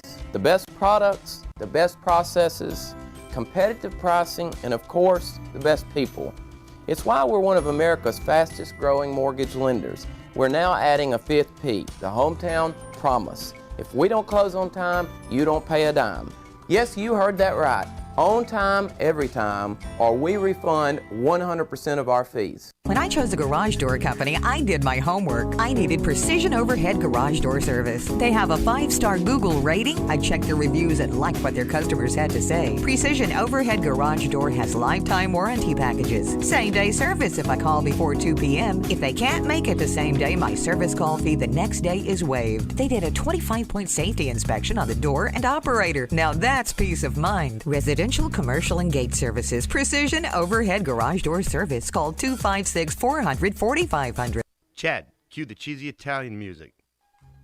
So you're in charge of the dinner spot, and the family is a hard group to please. Dad wants award-winning 21-day age certified Angus beef. Mom craves authentic Italian food like great-grandma. Sissy pretty much won't eat anything but fresh seafood. And old life of the party, Uncle Walter, likes to enjoy a cigar after dinner with some live local entertainment and some killer cocktails. So you think you're in a pickle? Well, you're not. Relax. I'm Tom Chapman, chef at Nick's Ristorante at 10300 Bailey Cove Road, just south of Weatherly. We have all that and more. Our friendly and helpful staff is eager to help you Tuesday through Saturday, starting at 5. So, corral that crazy crew of yours and give us a call at 256-489-8280 or tell them to check us out at nicksristorante.com. I promise you, the gang will all think you're a culinary cruise director of awesomeness if you take them all to Nick's. See you soon. Ciao. Okay, Chad, kill that music. Nick's is for patrons 19 or older. Hit the horn! Horn! Up, bring it up, grab a knee. Let's go. College football lives here. Today's coverage of the 2021 SEC Media Days is brought to you by Huntsville Fitness Equipment. This is Eli Gold, voice of the Alabama Crimson Tide. Now more of Talkin Ball with Scott Theisen and Drew DeArmond on your home for Crimson Tide Sports 97.7 ESPN The Zone. Roll Tide. And welcome back to Talkin Ball on 97.7 ESPN The Zone. Day 3 of SEC Media Day coverage. Today's action brought to you by Huntsville Fitness Equipment. Get on down to Huntsville Fitness Equipment. Say hey to Greg Weber. He's been in the fitness industry since 1980, and he is positive that he will meet and exceed your fitness expectations. Huntsville Fitness Equipment, located there in the Rosie Shopping Center along South Memorial Parkway. Get on in there, say hey to Greg. I was in there not too long ago, Drew. They have got all kinds of great fitness equipment. They got some for your home gym. They got some for your business. They've got all kinds of great stuff. Huntsville Fitness Equipment, proud sponsors of our Wednesday SEC Media Day coverage. Nick Saban in the house, as is Fidarian Mathis and John Mechie III. Drew, you mentioned Fidarian Mathis on how big of an individual he is. Yes, put pads on that guy, and that is a nice size football player. Yeah, Fidarian Mathis is a leader, an alpha dog guy who's one of the stalwarts on the Alabama defense. There is no question about it. He is someone that's going to be counted on in that defensive line room to be, and in the defensive room, period. He is going to be a huge part of that defense for the University of Alabama. And I thought, to me, as we've said repeatedly, he was, I thought, the most improved player on the defense last year and really stepped up as a leader. And now he is going to join us on Radio Row. That's a perfect segue there. There we go. As we get Fidarian Mathis, the senior defensive tackle for the University of Alabama. Welcome, sir. How are you? Drew DeArmond. Phil Mathis. How's this feel to be here today? It's something I always dreamed of. Also just stepping up and taking on that role, being a leader this year, full time. So, man, I'm excited to be here. Yeah, we're excited to have you, man. And I thought you really broke out last year as a playmaker, and then as a leader, because we were talking earlier in the show when I like to watch the sideline, watch body language, interaction. And you were always a high energy guy last year. Like when the offense was rolling, you were rooting Najee on, rooting on the entire unit, and then of course going out there doing your job defensively. But talk about how you grew as a leader. Even last year, I thought you led the team well. Oh man, it just was really just motivation, man, for my family, knowing I had to, play for somebody bigger than me. I had a little girl, so I had to step up and, just take it more serious and stop being laid back and start enjoying this. Talk about last year, how different of a year it was. 10 SEC games, no non-conference games.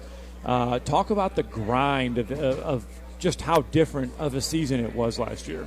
Man, it was really different coming in because, we didn't know if we was going to play or not. Mm-hmm. And then once we got the schedule, it was like, oh, man, we're really about to go into something, deep. And as we started going on and on, man, the team came along. Everybody got better, and we was like, yeah, we can do this. We can do this. And we just stepped up and took on the challenge.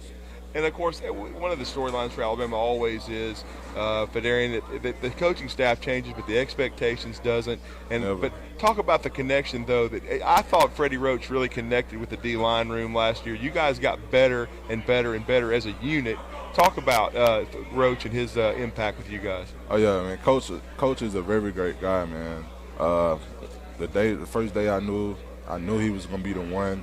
And I'm very excited that he came back. Usually I always get a new coach, so I'm so happy to see what we do this year. So, and I know we're gonna do big things, man. He always do great with the young guys. He teaches us very well. You say usually you get a new coach. How tough is that? Coach Saban is obviously the success that you guys breed and the success that the team has.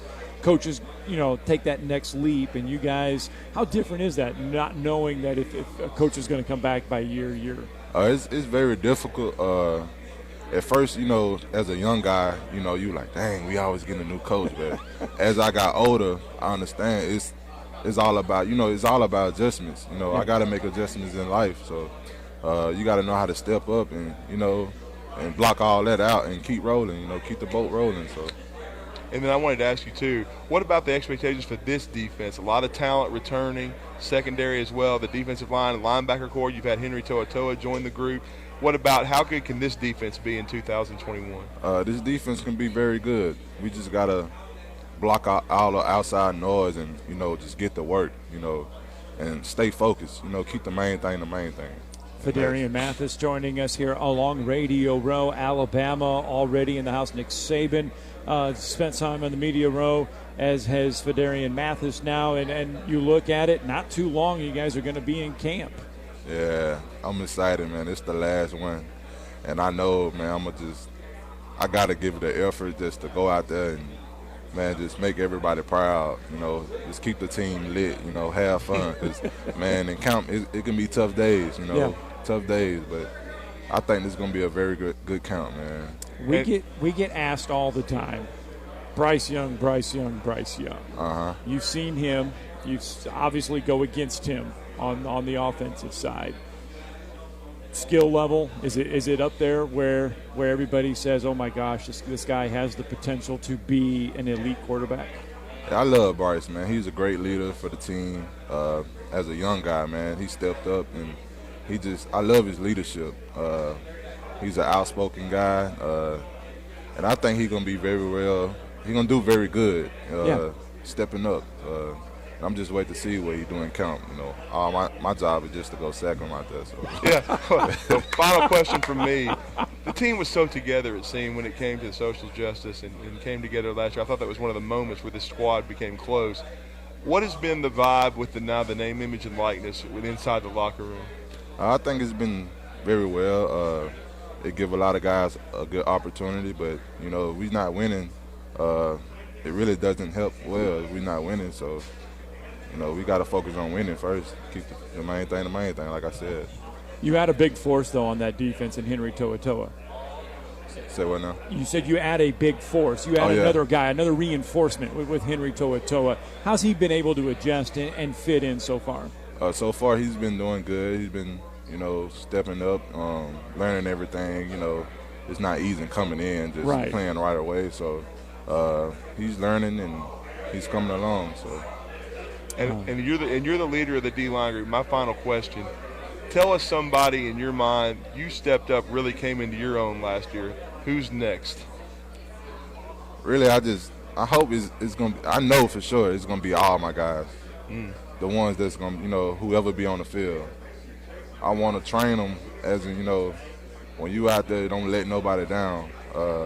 You all we got. You know what I'm saying? You gotta step up. Like every time you're on the field. Any little thing, you need to step up. So I'm hoping it's going to be everybody.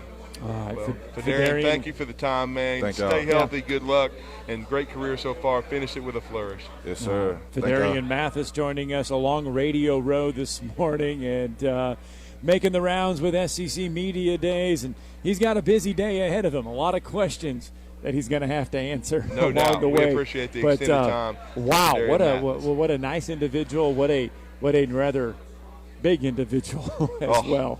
Yes, it's amazing the size of these linemen, man. And of course, I never played big-time college football. I played in my backyard. But when you see the physicality of these guys and the way they're developed on the college level, I mean, these are just some big jumbo athletes that have it.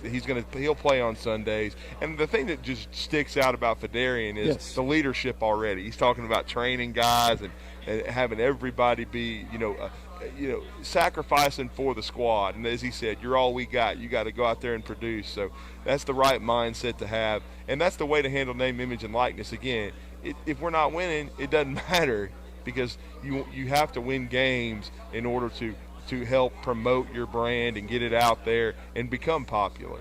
And he was talking about Bryce Young being a leader on the offensive side. And that's something, too, that, Bryce Young, you would think he would learn from last year, watching how everybody, how it was handled last year, how you lead by Mac Jones establishing being a leader in that locker room. And I can imagine offensively, Bryce is ready to take that step, which is something, yes, he may have the talent, but you also have to be able to lead as well. Yeah, you have to. You have to have the leadership inside that locker room. You got to be able to grind it out. You got guys like Fedarian, who is a program guy, but who's developed himself with his work ethic and his desire to better his family. You heard him say that he had a little girl last year, so he has a family now. And he had a sense of urgency. As he said, I've got to take it serious every day, day in and day out, every practice, every game, because you're putting things on film. That's the way things are. You have to be ready to go. And I think, Fedarian Mathis was last year. He did an outstanding job. I think he's going to be a huge leader on that defense and a playmaker. He's a guy that I thought went from someone that he was a contributor and you could count on him to do his job, but he became more than that last year. I thought he became a leader and a playmaker, and he's got a chance to have a special senior season. Well, I tell you what, we're hoping to get John Mechie III here. He's just to the right of us. Mm-hmm. So I tell you what, let's get a break in now and give it a couple minutes, and hopefully coming up to conclude the show, we will get John Mechie III sitting here at the table as well. But let's get our final break in right now.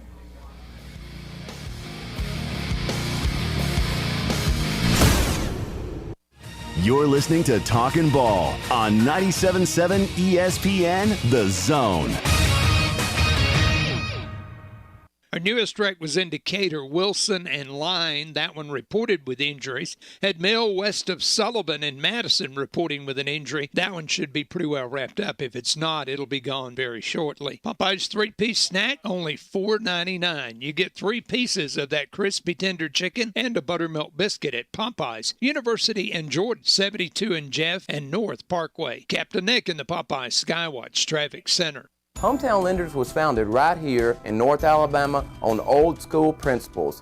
We like to call them the 4 Ps. The best products, the best processes, competitive pricing, and of course, the best people. It's why we're one of America's fastest growing mortgage lenders. We're now adding a 5th P, the Hometown Promise. If we don't close on time, you don't pay a dime. Yes, you heard that right. On time, every time, or we refund 100% of our fees.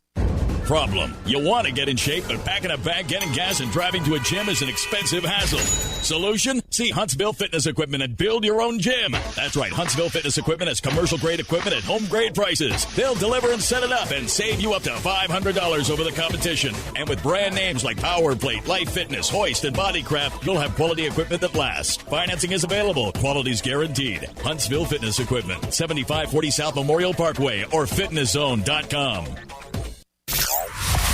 Braves baseball is celebrating 150 years, and this 2021 team is looking to kick down the door and make this season one for the history books. Swing and a fly ball hit left toward their bullpen. Are you kidding me? Another pinch hit homer. Your new home of the Atlanta Braves. Hit high in the air to deep right center field. We are tied! 97.7 ESPN, The Zone. McCurry Motors is your car and van rental headquarters. You can rent the vehicle you need today. Family in town, sporting event, church function, no matter what your need, McCurry Motors has you covered with a wide selection of cars and vans available for rent. They have 12-passenger Mercedes Sprinter vans, 12-passenger Ford Transit vans, 15-passenger Ford Transit vans, and 15-passenger Chevrolet Express vans. They have 2 locations, Highway 72 in Athens or Max Luther Drive in Huntsville. Today's pros need today's tools, and nobody understands that better than the Home Depot. Our app makes it simpler to get supplies ordered and delivered. Our online project calculators cut guesswork and last-second supply runs. Job site delivery puts what you need where and when you need it. And rental puts the right equipment in your hands, but not your overhead. That's how today's pros get more done. New tech, new tools, old-fashioned hard work. The Home Depot, how doers get more done. Hi, everybody. Eli Gold here. Right now, indoor air quality occupies top-of-mind awareness for families and business owners. Rick Smith and the trusted professionals at Environmental Comfort Systems can take care of your indoor air quality concerns with their state-of-the-art indoor air quality solutions. Environmental Comfort's indoor air quality systems remove 99.9% of airborne contaminants so you and your family can breathe clean, fresh air. If anyone in your family suffers from allergies, or if you just want the security of knowing knowing the air you breathe inside your home is free from viruses, bacteria, pet dander, dust, and odors, Environmental Comfort Systems are the professionals to call. Environmental Comfort also carries state-of-the-art, high-efficiency comfort systems that increase home comfort, keep humidity in check, and help you save money on your energy bills. Give my friend Rick a call or visit them online at envcomfort.com and breathe cleaner air today. Environmental Comfort Systems, Alabama license number 92314. Your home for the best coverage of football anywhere. See, now this is a football. I want you to carry this with you always. Never let it out of your sight. 97.7 ESPN, The Zone. Hit the horn! Horn! Up, bring it up, grab a knee. Let's go. College football lives here. Today's coverage of the 2021 SEC Media Days is brought to you by Huntsville Fitness Equipment. That's the price you pay. I tell you what, if you are looking to pay just a little less to get into shape, make sure you head to Huntsville Fitness Equipment. The pieces of equipment are designed to give your body the daily cardiovascular exercise it needs. Head on down to Huntsville Fitness in the Rosie Shopping Center. Greg Brewer, he's been in the fitness industry since 1980, and he's positive he will meet and exceed your expectations. Huntsville Fitness Equipment, located in the Rosie Shopping Center along South Memorial Parkway. They are our sponsor this morning as Alabama is here at SEC Media Days. We just had a conversation with Fedarian Mathis, and we are awaiting John Mechie III. He's going to be here at our table in just a little bit if your good friend Ryan Fowler can wrap it up. As soon as he does that, we can get John Mechie III. Yeah, we're about to get John Mechie, and boy, I tell you what, he sets the tone with physicality. He was a breakout guy on offense last year. As a wide receiver, I thought he really set the tone in that A&M game. We already talked to Owen Buchanan about that, and now we are about to have John Mechie III sit down with us here on Radio Row at SEC Media Days 2021, and we are talking to John Mechie now. And, John, welcome, man. Really appreciate your time. And first of all, congratulations on the year last year, the championship as a team, but your personal success. Really congratulate you on that, man. Thank you for that, and thank you for having me. Yeah. And how much did you learn last year? You had probably the best wide receiver in college football next to you. Just what did you learn? What did you take away from everything last year? I definitely learned a lot last year from the entire team. I think we came together really well as a team, and I think the biggest thing I learned was what a successful team feels like and what qualities it has. And then talk about your freshman year, though, because you grinded. You got a few opportunities, but that was a very talented room. And I know a lot of times you kind of try to soak it in and learn. What did you learn from those guys like a Jerry Jeudy, a Devontae, Waddle, guys that have moved on to be first-round draft choices, Ruggs? What did they help you with to kind of round out your game? I definitely think I learned just as much my freshman year, maybe not as big a task on the field, but definitely off the field and kind of just studying the room and coming in from high school, being able to learn from good receivers like the ones you mentioned. I definitely think I was able to take little bits and pieces from everybody's game and kind of help my own. Last year, no spring football, but you guys were in a great position because of the leadership to make it through very well. This year you go through spring football, and it's an entirely different issue because gone are pretty much every offensive coach that was there. You got a new offensive coordinator. Position coach. Yeah. Thank goodness. But you got Bill O'Brien now bringing in as the offensive coordinator. Just talk about the difference from what you've been able to see between Steve Sarkisian and Bill O'Brien. I definitely think first off, Coach Sark definitely did a great job for what he did for us. He did a great job, and I'm glad for the opportunity that he got at Texas. Definitely excited for him. And now I'm really excited about Coach O'Brien and what he has to bring. I think everybody already knows who Coach O'Brien is and what he does. So I'm definitely excited to see him collaborate with the Alabama offense. What kind of are they different guys, Sarkisian and O'Brien? Or how different are they? Yeah, they're different. I don't really know how I would explain how They are, but yeah, they are different people. Well, and we're talking to John Mechie III, University of Alabama. Now your role changes. You were absorbing a lot. You took a huge step up production-wise, became an integral part of the offense. But now you jump up another couple rungs to the number one guy, wide receiver, going into the season.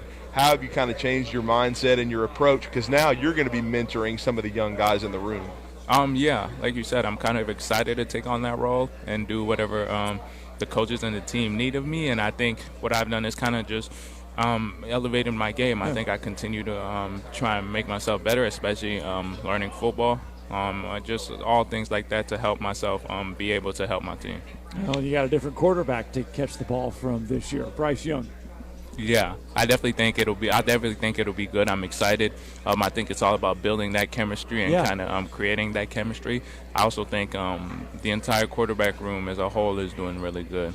Paul. And talk about how healthy you are now, because you showed a lot of toughness. You had an ankle issue the second half of last year. From what we understand, you didn't practice much. We didn't see you in the spring. How are you physically? I feel good. Like you said, was kind of battling those towards the end of the season last year, but I'm excited. I feel good, and I'm excited to go into camp and get the season rolling. Well, how do you build chemistry with a quarterback? We all talk about it. You guys talk about it. You say we got to build chemistry. How do you ultimately build chemistry with a quarterback?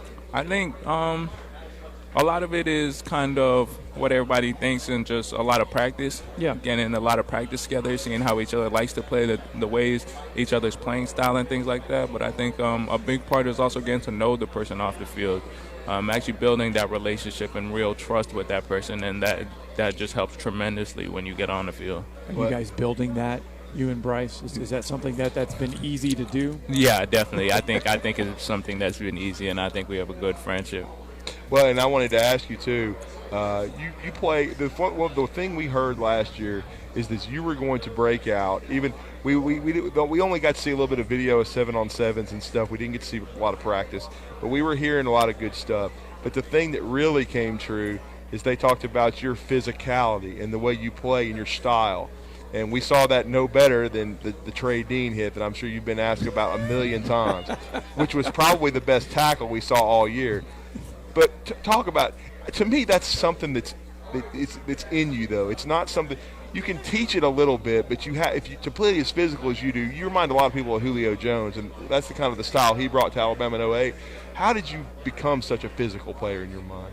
I think it's just mindset. I think for me it had always been a mindset thing, and once you make your mind up to do something, you can go out there and do it, because like you said, there's always going to be guys that are stronger than you or faster than you or bigger than you. But I think when it comes to football and kind of getting things done, you really got to make your mind up about it. 10 SEC games last year, different schedule, one that you'll never see again. Talk about the challenges, though, last year of going through everything that was thrown at you guys. Yeah, I definitely think last year was it was unbelievable because of everything we went through. Having all the adversity we had to go through with COVID and everything going on socially, everything we had to go through as a team, all the sacrifices we had to make, and then going through 10 SEC games. I think it was definitely a long one, but it was worth it with all the work that we put in. Well, and then last question from me: Who is this year's John Mechie III? Who's going to break out in your room?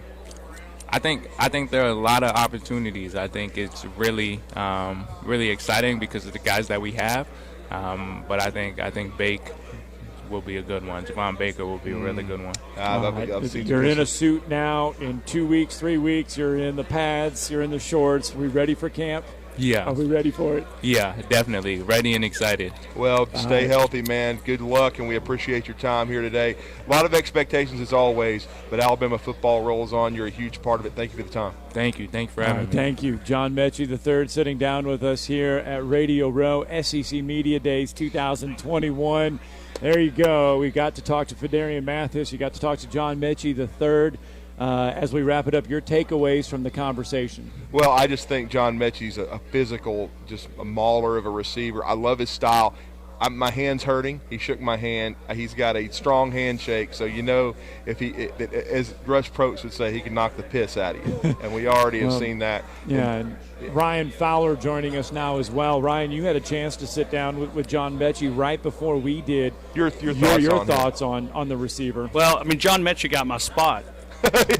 I'm jealous now. I mean, I got bumped for John Mechie, guys. Sorry, guys. I interviewed John Mechie. Guys, I was impressed. I talked about leadership because I think he's going to be one of those key guys on that side of the football. I'm sure you guys did as well. But just wanting him to take that next step, kind of learned a little bit about Bill O'Brien. We also talked about the strength conditioning program, and that was kind of fun to hear him talk about the difference between what it was with Scott Cochran and where it is now, and the focus that they're doing, because that's the next step. And Nick Saban is a visionary. I think when you look at Dr. Ray and Matthew Ballou, that is the next step, because not only does it help in performance, it reduces injuries. And I've been told not the injuries that we know about, but just injuries that they count behind the system, that it was down about 50% last year. And that's playing a tougher SEC schedule. Not as many games, but a tougher SEC schedule. And we've already heard a little bit from Nick Saban today. It was interesting his answer for Bryce Young and the NIL. What are you expecting to hear? Well, I didn't hear what did he say this morning? Okay, well, if my computer will let me, you have to give me a minute. No, you're fine. You're fine. It was an interesting sidestep answer. He didn't take it head on like I thought he would. He kind of tried to put it on the back burner after taking it on yesterday in Texas in front of all the high school coaches there at the coaches convention there, Ryan. But do you want me to tell you publicly what do you think I think that he'll say? Because I don't want to go in too much in depth behind the scenes, but I know that Nick Saban has embraced it, and he is looking as a recruiting tool to go, including the Bryce Young conversation. But I think as far as you go in this direction, you're going to watch some Alabama guys and take some really cool steps. If you like the Bryce Young news, then you're going to love what's going to be happening with players in Tuscaloosa. If you didn't like the Bryce Young conversation, you're probably not going to like the next few months. So I think the enhanced – listen, and I know that the rule written in the state of Alabama, we talk about the logo and the script A. Yeah. You think about New York Yankees. You think about logos in sports. The script A is just as big as those logos. You think about Dallas Cowboys. Yeah, it's not as big as the Dallas Cowboys. That's probably more of an international. But you look at that script A, you pop it up to anybody, they immediately say Alabama. The players are enhanced because they play in Tuscaloosa. Yeah, they really are. And then I thought it was interesting, too, from John Mechie III. He said to watch Bake. In other words, Javon Baker. And I saw some good things out of him last year in the spring. I really think – and one of my favorite moments of the season, too, he nearly got the Heisman Trophy winner killed in a game because he missed a block. But I love the fact that Devontae kind of took him under his wing and said, look, man, you're going to have to – it's not just about catching. You're going to have to do the other stuff. And you got to do your job.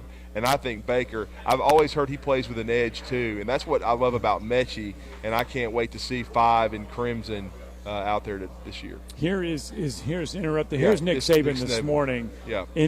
On the XM SEC This Morning show.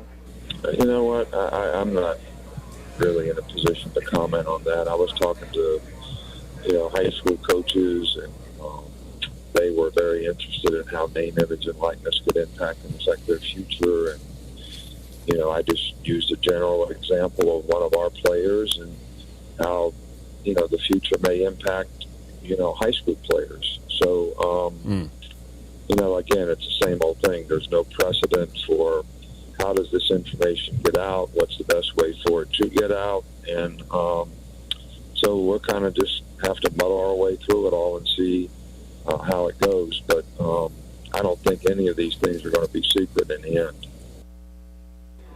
So, Nick Saban kind of pulled it back a little bit, but I don't know the money figures as far as where that's going to be. Regardless, it's more than $10,000 with a Texas Ag. So Nick Saban is one-upping, right? Think about it. Nick Saban is one-upping everybody. And regardless if it happened, you think about the calculation of it happening. Did anybody even know that Kirby Smart was in the building yesterday? Because everybody was talking about Bryce Young. After 12 o'clock, nobody realized I he was felt here. a little nauseous for a little while. He was kind of close to me. But I mean, think about that. Kirby walks into though. town, and it was really all about Nick Saban and Bryce Young, and even Lane Kiffin in town. So Nick Saban wasn't even here. He stole the show. He certainly did, and you're going to have a great show later today, 2 to 6, full coverage of Alabama. We're about to hear from Nick Saban in just a few minutes as we're going to carry that here live. To close out Talkin Ball today, Nick Saban speaking to the media in the main room. Yeah, he seemed a little annoyed, though, that he had to answer that question. I'm wondering how many times he'll have to answer that question before he gets real annoyed today with it. Because everybody, because they're going to ask him this morning, right o'clock at 9. He's going to get asked. When he makes his way to the electronic room, he's going to get asked in a different form from there. I wonder if how annoyed he'll get. But I'm excited to see exactly what that looks like. Many times, but in this current time, August, and I know we had an off-the-record conversation last night in Tuscaloosa, and it was lengthy when we talk about addressing some folks there. But I'll just leave you with this. Regardless of what he says today, he is for this, and really – to the extent that he is for this, really actually shocked me. From what I have been told from people that I've spoken to, it is not just he's for it, he's for taking it like that next step, as we see with Nick Saban on every single thing. And the quote that I was told is, we're not allowed to be dinosaurs and wait around for this to happen. Embrace it, understand it, and might as well maximize it, because the script A means a lot more than a lot of other logos in the Southeastern Conference. Great stuff from Ryan Fowler. And we're going to close out the show with this. We've got to tell our listeners, I'm sure they heard late last night, huge basketball news for Alabama. And hold on, whoa, you haven't covered that? Returning. No, we have been talking football all day today, Ron. This is Alabama Day, but we've got to talk about We've had a lot of Shackelford guests sit down in that chair. I mean, returning. We start with Roman Tide. Harper right out of the gates, and we haven't even had a chance to catch our breaths this morning. It's a huge return, though. Alabama did not lose anyone in the portal. They're now at 13 scholarships. They get their returning leading scorer the last 2 years from Hesperia, California. Jaden Shackelford will be back in Tuscaloosa. Huge news for Nate Oates and this roster. One of the best in the SEC. I think it cements them being a top 10 to 15 team. If they can get the chemistry right, this is an Alabama team that can.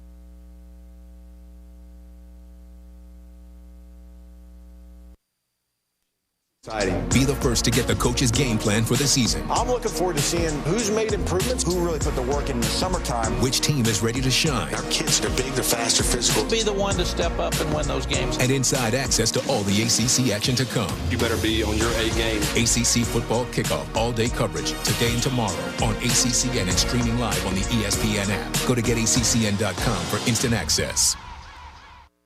The Bucks stop here. Giannis's decision to stay in Milwaukee pays off. NBA champs. The Max Kellerman Show. Weekdays 2 Eastern on ESPN Radio and ESPN Plus. Math says when two great things come together, they make something even greater. For instance, 1 + 1 = 2. Simple, right? How about this? Trunk plus hot dog equals tailgate. Or turf plus dance floor equals end zone. And when you add friends plus football, it equals ESPN Fantasy Football. It's as simple as that. ESPN Fantasy Football with insights provided by IBM Watson. Sign up now at ESPN.com/fantasyfootball. Hey, it's Greeny, and congratulations to the long-suffering fans of Milwaukee. 50 years after Alcindor, you finally have another NBA championship. We will be all over it with you. It's Greeny, starting 10 a.m. Eastern on ESPN Radio and ESPN Plus. How hard can it be to find a Python Pro? Sam's startup had a front-end developer walk out the back door. He needs a...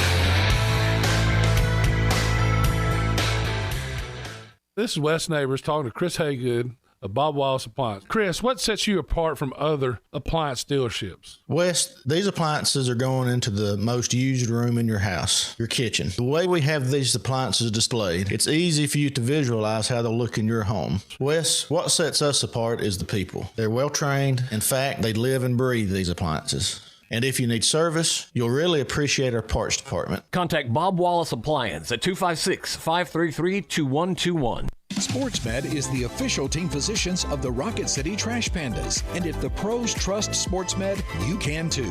SportsMed provides every service you might need for complete orthopedic care, specializing in orthopedic surgery, sports medicine, joint replacement, spine surgery, neurosurgery, and podiatry. And they offer their own brace shop, in-house full-body MRI, physical therapy, walk-in clinic, and so much more. 4 locations and on the web at sportsmedalabama.com. WZZN, Union Grove, Huntsville, Alabama. 97.7 ESPN, The Zone. 97.7 ESPN, The Zone. This is Brett Musburger's Action Update. Simple Green is perfect for making your auto, RV, cycling, boating, and other sporting equipment look like new. Visit them at simplegreen.com. The Milwaukee Bucks have won the NBA championship, defeating the Suns in 6 games. Looking ahead to next season, the Brooklyn Nets, the early favorite to win it all at plus 210. The Lakers behind them at plus 450. Assuming the Olympics are still on, starting with the opening ceremonies on Friday, a look at the gymnastics competition. The U.S. women heavy favorites to win gold at minus 650, Russia plus 500, and China plus 600. On the men's side, Russia plus 100, China plus 175, Japan plus 400. Baseball, Braves plus 135 on the money line against the Padres. San Diego minus 172. Over under 7.5 in Game 1. In Game 2, Atlanta minus 105. Padres minus 116. Over under 7. I'm Trey Westerberg, 97.7 ESPN, The Zone. Log on today, 977ESPN.com. It's a hard! Bring it up, grab a knee. Let's go! College football lives here. Today's coverage of the 2021 SEC Media Days is brought to you by Huntsville Fitness Equipment.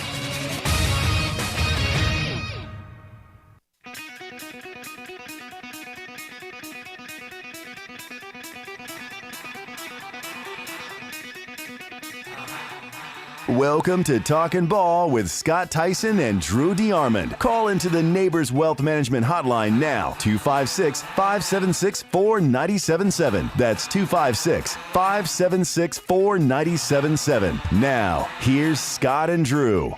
And welcome into our extended bonus coverage here on 97.7 ESPN The Zone. It's day 3 of SEC Media Days. We are awaiting Alabama head coach Nick Saban. We're going to get started here in a few moments, and if you'll take an opportunity to silence your cell phones.